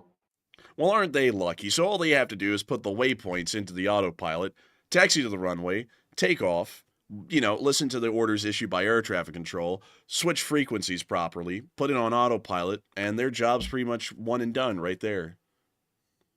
Yeah, it's really nice. The only time that it gets stressful to be a pilot is when they're having to fly IFR, or whatever it is, when they're flying in the weather and they can't see and they're flying solely by the instruments. That would seem to be pretty stressful, but that's not every day. Yeah, but even still, they got ILS and all that stuff, like, and then that simplifies everything. I don't think there's a lot of airports anymore in America that do not have ILS equipped. Yeah, and also, I guess I don't know what the hours of an air traffic controller are, but pilots also have an extremely hectic schedule, like most of them, unless they have really top seniority. So if you're like in the middle or bottom like rung of seniority, you're flying like crazy hours. You can be flying at night, during the day, on call. Like it's crazy hours. So that's another downside. I don't know if the air traffic controllers have normal hours. I would imagine they probably do, and I think they actually get a lot more breaks because their job's so stressful. They get to take like a ton of breaks throughout the day as well. You know something interesting, man? What you're explaining with those pilots there, that's the same thing that railroad engineers go through, like being on call all day, every day kind of a deal. Yeah, yeah. That's interesting when you think about it. I'll honestly say this, Matthew. This is going to be a hot take. I think railroad engineers have more of an interesting job than airline pilots. Oh no, no. I'd rather be an airline pilot because when you're driving a train, that's not exciting because the train can only stay on the tracks really. But if you're flying a plane, like it's life or death, it's a lot more exciting. Man, do you know how life or death trains are, man? You got millions of tons of stuff behind you. And if that train goes off the rails, millions of tons of stuff is going to go flying at your spine once that train goes off those rails. Like, that is actually a pretty dangerous job. If you move the wrong way on a train, man, and you fall off the thing and you end up bouncing back and under the wheels, you're dead. Like, you get chopped in two. Like, you just hop off the train like Casey Jack and just like take off running. Casey Jack? Who the hell's Casey Jack, man? The guy who used to drive the trains. That's Casey Jones. The cartoons. That's Casey Jones. Okay, yeah. Well, it's close enough, but yeah, you know what I'm talking about. But think about it, man. A pilot takes off and they put it on autopilot. They sit back and their job's done until they get to landing. With a railroad engineer, they have to listen to their dispatcher at all times. And there is no autopilot in a train. Like for most freight trains in America, there's no cruise control. I don't think there is any cruise control in any of the freight trains. I think the only train in America, or any trains in America with cruise control, would be the electric trains like the ACS 64 or the Acela. So none of them have cruise control, so you have to manually keep the speed at the right speed the whole time. And also look out for signals, and then also look out for switches, on your route, so you're not going like 30 over a 15 mile per hour zone or something like that. Oh no, gotta watch out for those switches. Oh no, that's stressful. But man, I mean, honestly, man, like I'm not gonna lie, man. I think engineers have a lot more to do at any given minute in their job than most pilots would.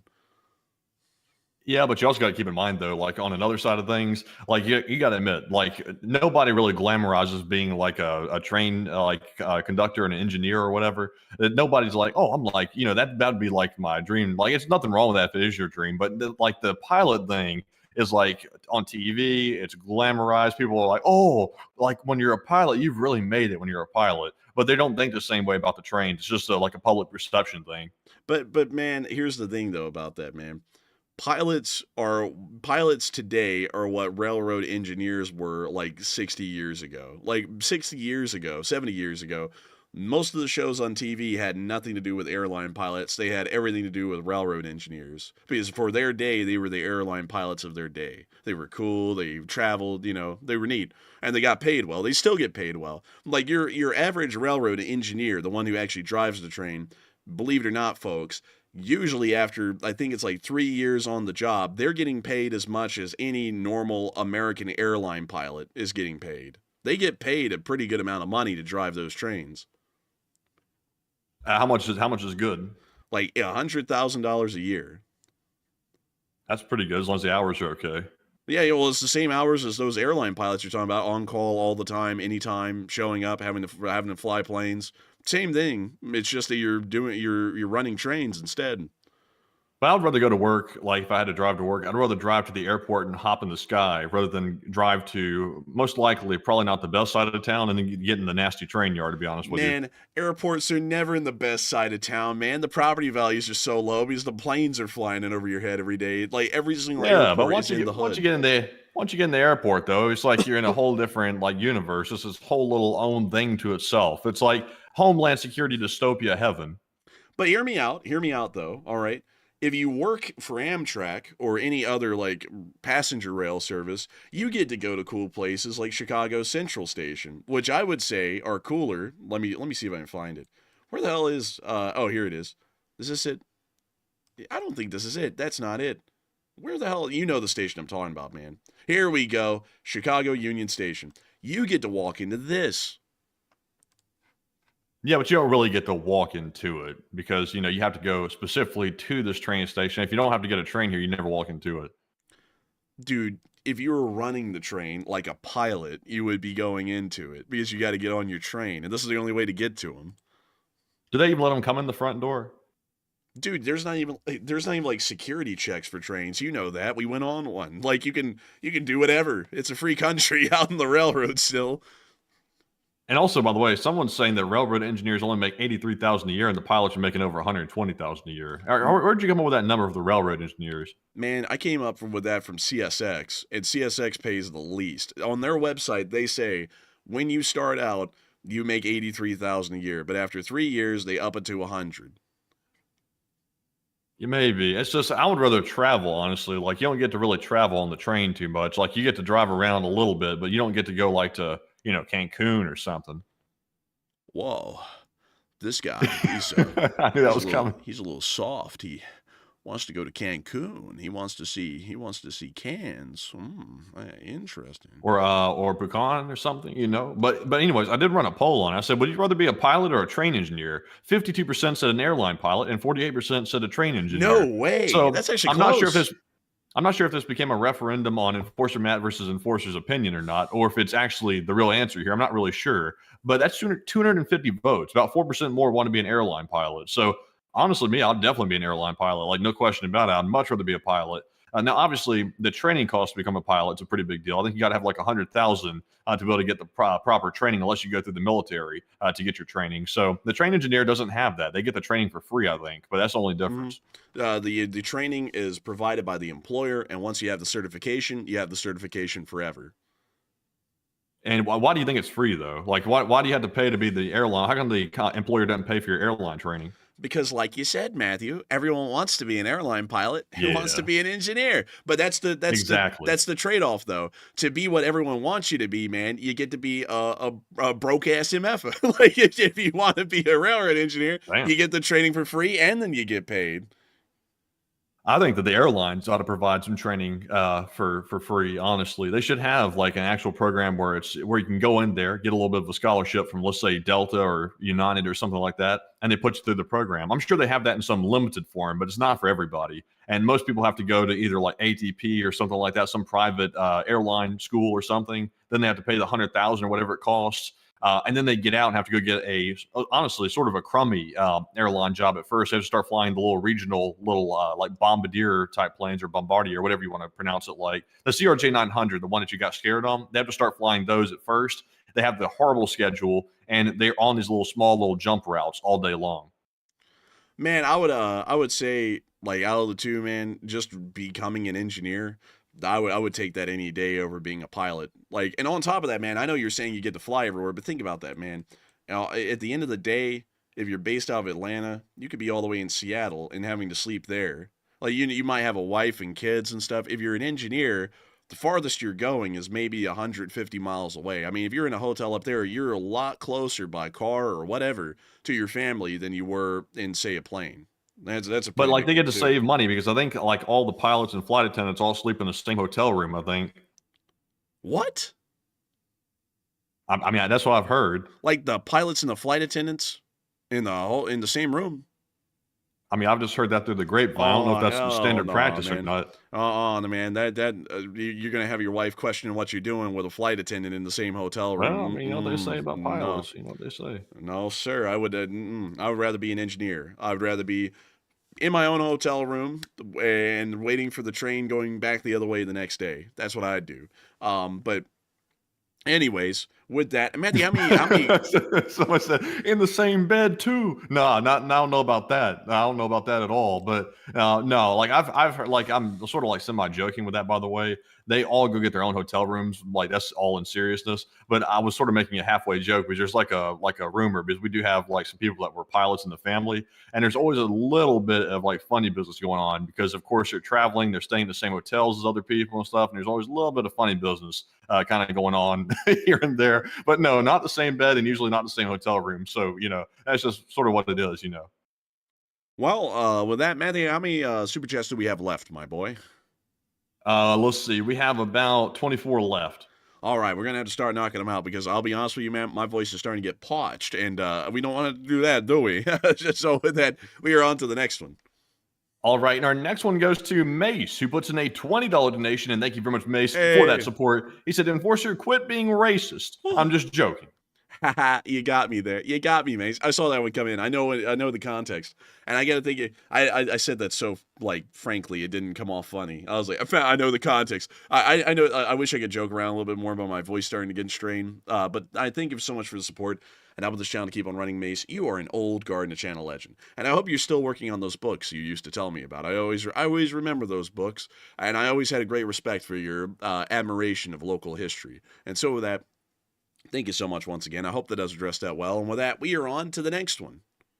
All right, and our next one goes to Yves Morales, who puts in a $15 donation. And thank you very much, Yves, as well for that support. And I did not see a comment attached to it, but thank you very much for supporting the channel and helping to keep it going. And we also have a 14 from Rob McGuffin. And Rob says, didn't Japan attack America over oil in World War II? And will China get desperate for natural resources and do what Japan did?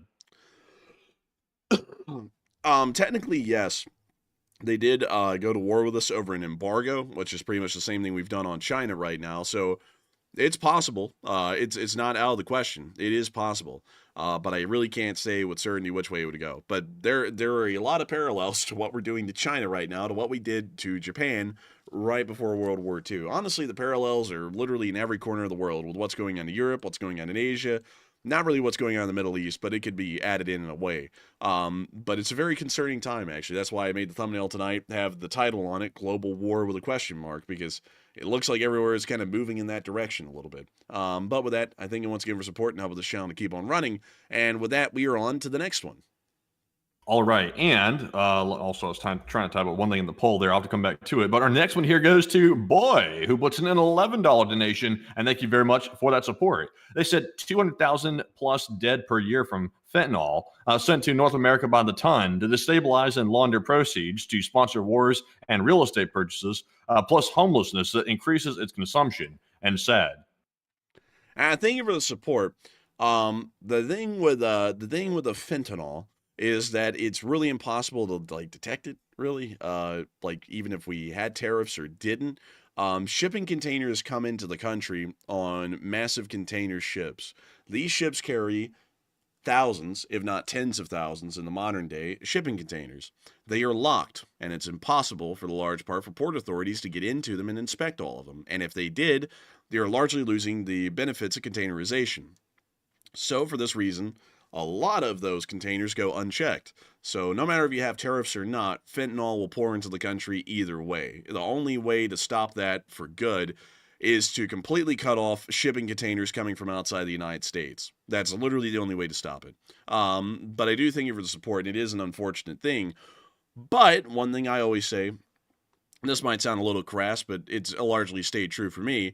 Don't try the stuff. Like, don't try any drugs or anything like that would happen to be dangerous or detrimental to your health, because usually that starts a pretty bad path in itself. Not to say that those people are, getting what's coming to them. Not at all. It's very unfortunate to hear. But at the same time, people should exercise some wisdom. Don't go and just, go ham on some cocaine or some meth, because it's generally not good for you health-wise anyways. much less with fentanyl in it. But still, thank you so much once again for support. I hope that has addressed that well. And with that, we are on to the next one. All right, and up next we have a $20 super chat from Buzz Blades. And thank you very much, Buzz, for that $20 support, and we do appreciate it very much. He said, I think China is approaching the peaking power trap, and what say you? And LSA, feed the marmot. And I thank you for the support. We would feed the marmot, but my voice isn't up to spec for that anymore. It's starting to wear out a good bit. But I do have to say, I thank you so much, and I don't know if they're going to reach the peaking power trap. I think they might have some peaking duck instead. But I do thank you for the support and help this channel to keep on running. And I would talk about it a little bit more, but I don't really know what the peaking power trap is. I speak in more layman's terms. But still, thank you so much once again. I hope that does address that well. And with that, we are on to the next one. And our next one is going to go to Eric Horner, LSA, who puts in a 10. And huge shout out to Eric for that $10 support, and we appreciate that very much. And also, let's see here. Eric said, can I get a birthday shout out from you guys and in the chat? And I appreciate you guys and all the LSA family. And I will say, happy birthday to you, Eric. And hopefully you've had a good one. I'm not sure what time it is where you live, but I hope you've had a good birthday. And I do wish you a happy birthday. And Enforcer, what say you? And I wish you a happy birthday as well, Eric. I thank you for the massive support, and I hope that everyone in the chat wishes a happy birthday to Eric Horner of the LSA. And so a huge thanks to you so much once again. I hope that does address that incredibly well. And with that, we are on to the next one. And the next one goes to Ryan H. He puts in a 10 and says, good evening, Enforcers. And did you hear about the YouTuber who snuck onto the restricted North Sentinel Island and left a Diet Coke as an offering for the uncontacted tribe? And it was a wild story in LSA. And yes, I did hear about that story, by the way. The young man was very misguided. He was trying to go there to convert the North Sentinelese to Christians, I believe. I believe the young man was a Christian, and he went there and naively thought that this uncontacted tribe, which is very vicious and will kill people on sight with bows and arrows, he figured that he would be able to speak to them somehow and get into their good graces. But it turns out they butchered him, they killed him, and he didn't make it out. And the Diet Coke didn't do him any favors. But Enforcer, what say you? They ate his liver. It didn't do him They did? well. No, I don't know that. They probably did eat him though. Because I think there's not like I don't think there's a lot of food on that island, and I think it's believed that they may possibly be cannibals. But once again, no one's ever been able to really, observe them long enough to really know. But yeah, I know about that guy. He's actually from Alabama. He was a guy who was from what people say, he was a very nice guy. He was an incredibly nice guy, apparently. And he was a very devout Christian. He wanted to bring Christianity to the Sentinelese, because he had heard that they had never really had any outside contact. His story was actually well documented by himself, and those documents were recovered later on. And he was making some progress. He actually ended up peacefully meeting with them one day, and actually they came up and touched him and looked at him and really generally inspected him. And he didn't know what they were doing, but generally, from what we could tell, it looked like they were generally sizing him up to see if they would kill him or not. And then, I think it was a day or two after that, they ended up killing him the next time he came to the island. But an unfortunate thing. But once again, it's wise to listen to authorities sometimes when they say, don't go to the North Sentinel Island because the people there might kill you because they're really hostile. And it's generally smart to listen to that. If you Did India make it illegal? Did India make it illegal to go to the island after that guy got killed, or was it before it was already illegal? Oh, it was well before that. They made it completely okay. illegal because it's an uncontacted tribe, and the the Republic of India wants to keep it that way. So they have made it completely illegal, and it's been illegal for decades to ever go to the North Sentinel Islands and make contacts with the natives. Interesting. I wonder what they're hiding on that island. I wonder what they're. I bet you, man. I bet you, Big Native is hiding all the coconut oil on that island or something. You got to think that if there was a really good place to hide something, look at how dense that foliage is. You can't even see to the floor in this place. It's so dense. If there was a place to put a military base or some underground installation, this would be the place to put it because nobody can go here. There's crazy people that roam the edges of the island that don't let anybody onto it without getting them first. This would be the best place ever to hide out something if you were trying to do something that was sort of obscure as a government. Yeah, it is. It's interesting. I wonder what's under that underbrush. I wish people could wander around that island without getting killed, but sadly they can't. But anyways, I do thank you for the support. I hope that has addressed that well. And with that, we are on to the next one. All right, and our next one is going to go to AMX10 Speedy Bang Bang, who puts in a $10 donation. And thank you very much, AMX10, for that support. They said, in the space of about 2 decades, New Zealand and Australia have gone from feeling completely isolated and safe from the world into today's feelings of being isolated and here for the taking.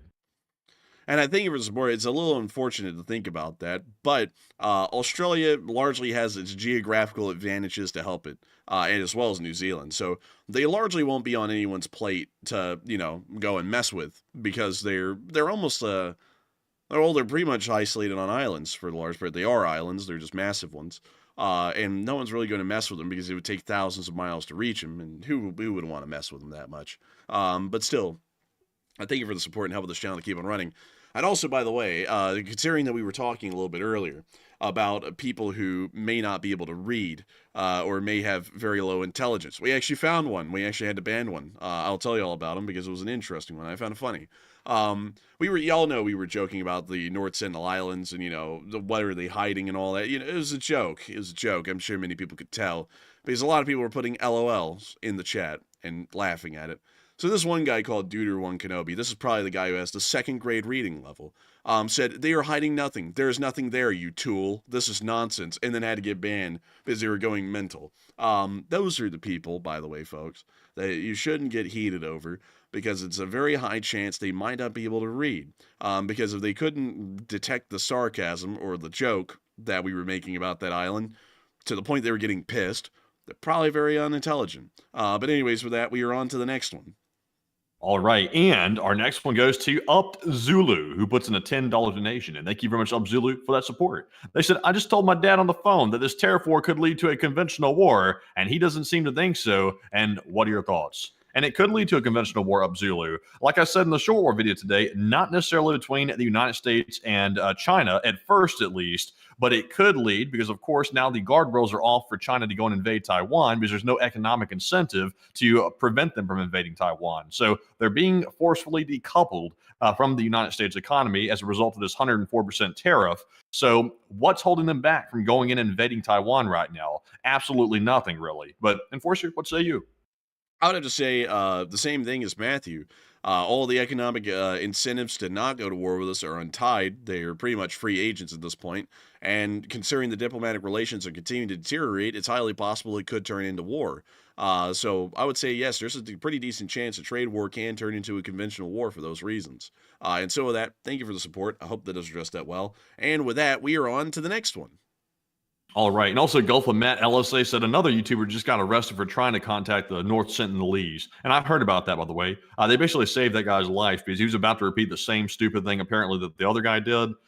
So they got him out of there. So the Indians picked him up. But anyways, jumping into our next one, this one goes to Russia, who puts in a 5, who says, "Hi from Malaysia." And on the Chinese POW video, the translation is, "Then my, in they then," and Slav Ukraine.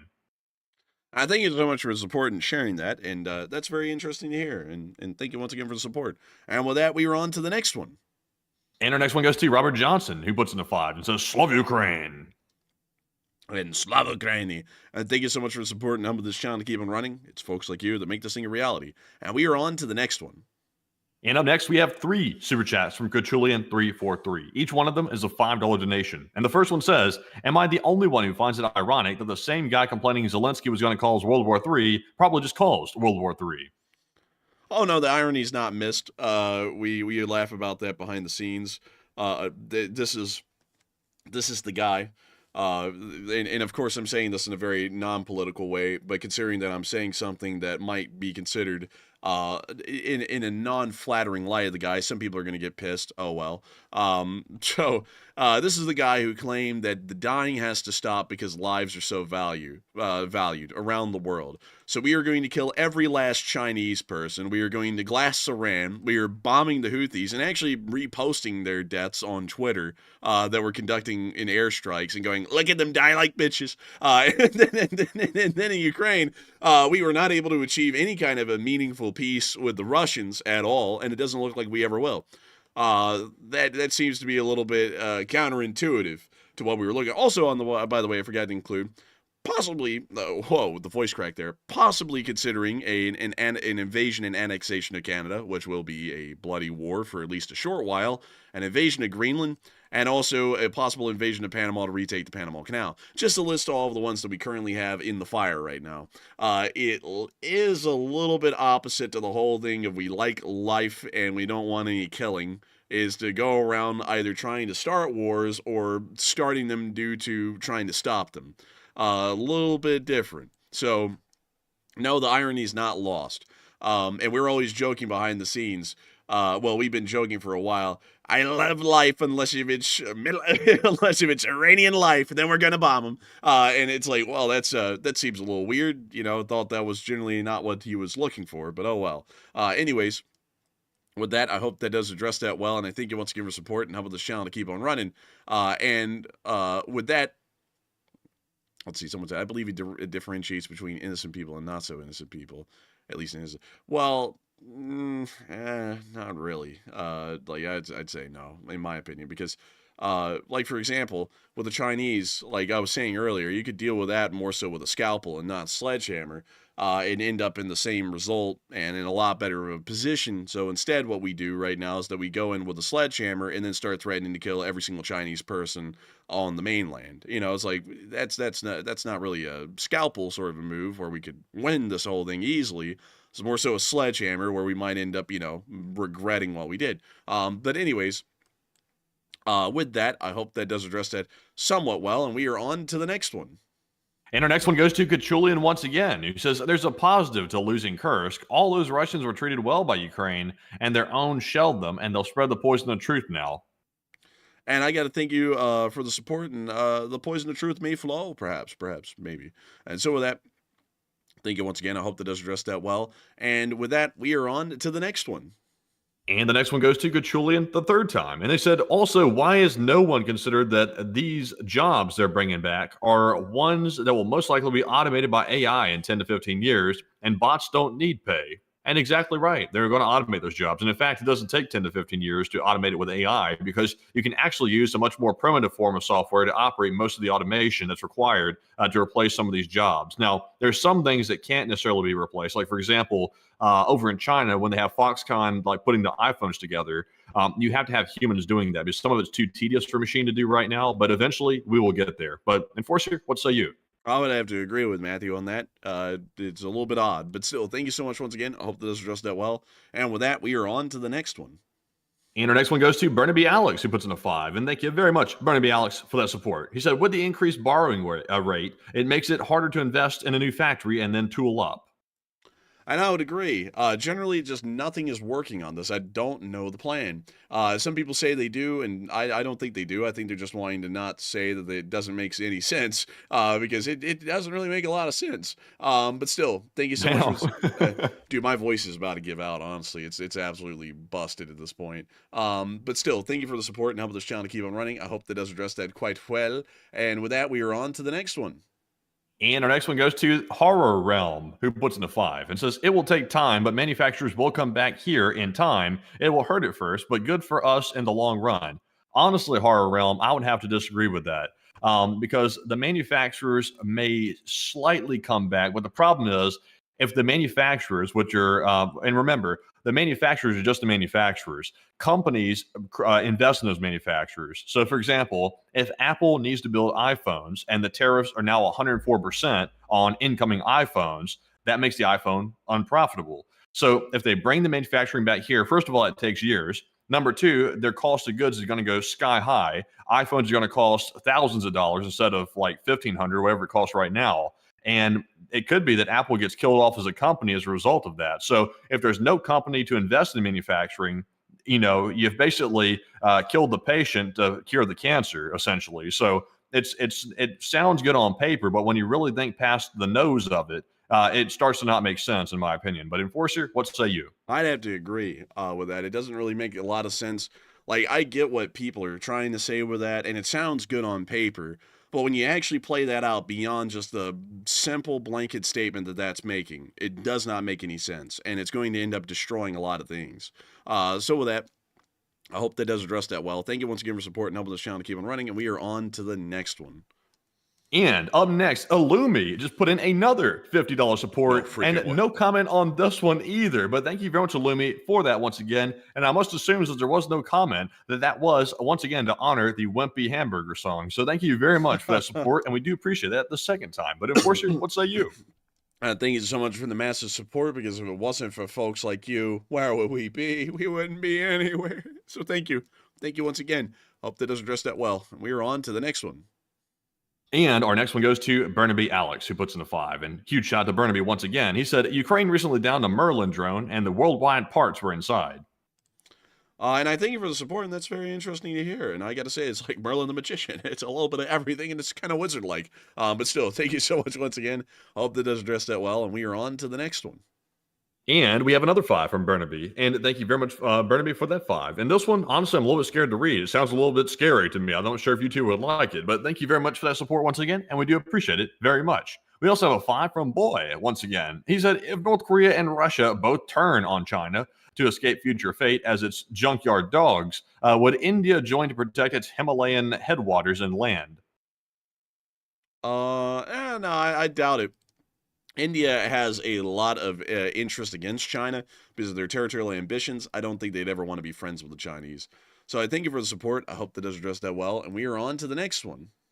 And the next one goes to Boy once again, who puts in the 5. It says, thanks, fellows, mods in chat, and Slav Ukraine. And believe it or not, Boy, it's actually fellows, mods in chat. It's just me and the Enforcer. I'm the only mod there actually is. So I'm an army of one. But thank you very much. And Enforcer, what say you? He's a wonder with the moderating side of things. Really impressive, actually. But I do thank you so much for the support and helping this channel to keep on running, and the kind words, because it makes this thing possible. It makes the world go round. And so a big thanks to you so much once again, and we are on to the next one. And the next one goes to Squall, who puts in a 5. And thank you very much for that support. So I've been lurking here in the background for quite a while, and keep it up, guys. And thanks for bringing the news to my work night and LSA from Poughkeepsie, New York. All right, thank you so much for your support and helping this channel to keep on running all the way from New York, because we are thankful and appreciative of your support, and it helps us to keep this thing running day in and day out. And so a huge thanks to you so much once again. We are on to the next one. And our next one goes to Brent Cope, or Cop. I'm sorry, I'm not sure how to say your last name, Brent, but thank you very much for that $5 support and helping to keep our channel running as well. He said, love you guys, and I've watched for a long time and have always been reluctant to comment, and here's one for the big move, and take one from the chat and get well soon.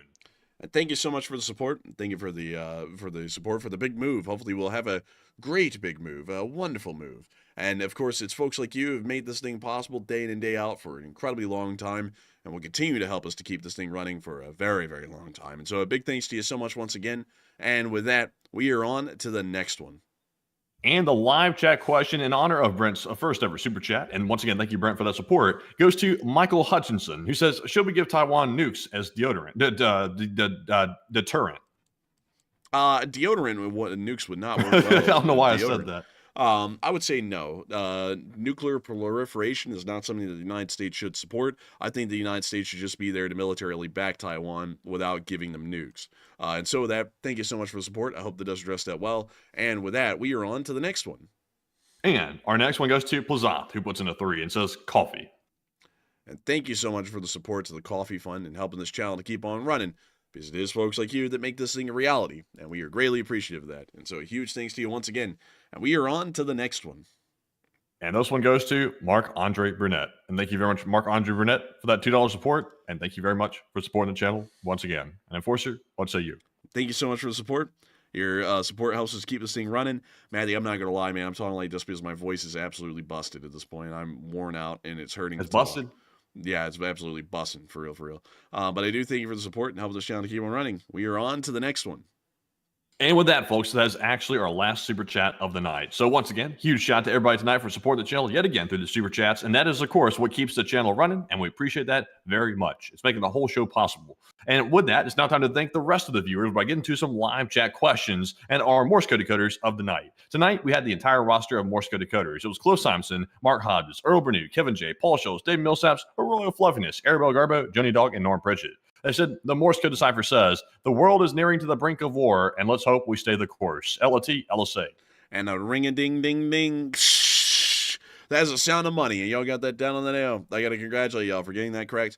once again. Absolutely impressive. Y'all continue to get that correct time and time again. And we are very proud and impressed to know that the Morse code deciphers of the Lee Spring Army are able to continue to make sure to get this thing right each and every day. And so a massive shout out and a big thanks and appreciation to y'all. And with that, we are on to the third to last question of the night.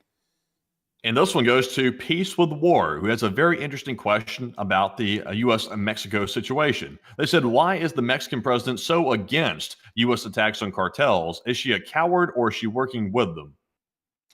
That is a very interesting question, my friend. A very interesting question. Are they working with them? What do you think? What is your deepest thoughts? Are you asking me? I actually don't know. I don't really know what it is. Tell us, Matthew. Tell us. So my analysis is this. For one thing, the government in Mexico is very weak. It's not strong, obviously. I think most people know that. The cartel is basically a joint government in Mexico. So there's the legitimate Mexican government, which we recognize as the Mexican president leading it. And then there's the cartels, which is the joint government, who's basically alongside the Mexican government. So the government in Mexico, the legitimate one, sort of has to approve things or at least try to get things generally stable with the cartels. Because if it's not, then the cartels might start causing problems for the legitimate government, and they might start going in and threatening the lives of those government officials, because that has happened before and it could happen again. So that's one thing. And also there's another factor as well. There's a political factor. The Mexican president does not want to basically bow down to the United States. I think there's a bit of a political reason for that. That's another side of it as well. She's not necessarily on the cartel's payroll. I wouldn't say that would be a fair statement, but at the same time, she does have to take the cartels into consideration. So it's not really being a coward or working with them. It's kind of somewhere in the middle. But Enforcer, what say you? I'd say that you got that pretty dead on the nail right there. And so with that, we're into the second to last question of the night. All right, and this one is going to go to Tom Exman, who said, here's a good question. Does Taiwan have a lot of sea drones like Ukraine has? We understand they've been building them out a lot, but usually public numbers on that are not disclosed by a lot of countries. So we'd assume that they do. But once again, official numbers are unknown. So with that, I hope that addresses that the best I can. And with that, we are on to the final question of the night. So who is the lucky last person to throw in the lucky last question of the night? And that viewer is Melinda Grifford Vaughn, who said, do you think the improvement of fighting in Ukraine by the North Koreans was actually because the Chinese had showed up instead? Oh, no, I don't think so. The Chinese look like they're showing up in limited numbers right now, and I'm assuming that they are until we get other information. I think, I don't really think there's been like a qualitative improvement of the Russians fighting on the field, but if there is any qualitative mark, it may just be because they somehow got their stuff together a little bit better, but I don't think it's because the Chinese have shown up in mass. But still, I thank you so much for the interesting question. We reached the end of tonight's stream. I got to thank all of y'all so much once again for watching. We had a peak viewership of 10.4 thousand people tonight. We had 65,000 people here over the length of the stream. We're entirely honored and appreciative to have all of you all here. We will see you all tomorrow at 10 p.m. Eastern Time to cover the next 24 hours of the news of the war in Ukraine. Good night, good luck, take care, stay safe, Slava Ukraini, and long live the Lee Spring Army, and the Lee Spring Army will never die. And with that, folks, thank you all once again for joining us once again tonight on day 1,140 of the war. And a big shout out to all 65,000 plus people that joined us tonight. And also a big shout out to the 3,200 likes that we also got as well. So with that, folks, we'll be seeing you tomorrow midday for the short war video midday if there is enough news to cover. And I'm not sure who's going to be doing that tomorrow. If the Enforcer sounds like that, he might not be doing it. And if he sounds better, he'll probably be doing it. So we'll see tomorrow. It's going to be like a surprise, I guess you could say. But with that, we'll also see if we're going to join you. Well, actually, I'm pretty sure we'll be having a stream tomorrow, right, Enforcer? You think so? Oh, yeah, we probably will. Okay, so we'll be here at 10 p.m. Eastern tomorrow for certain, probably, most likely, 99% sure. So be sure to join us for that. And also, thank you all for joining us once again tonight. And of course, Slava Ukraine, Heroes Slava, get some rest, and good night.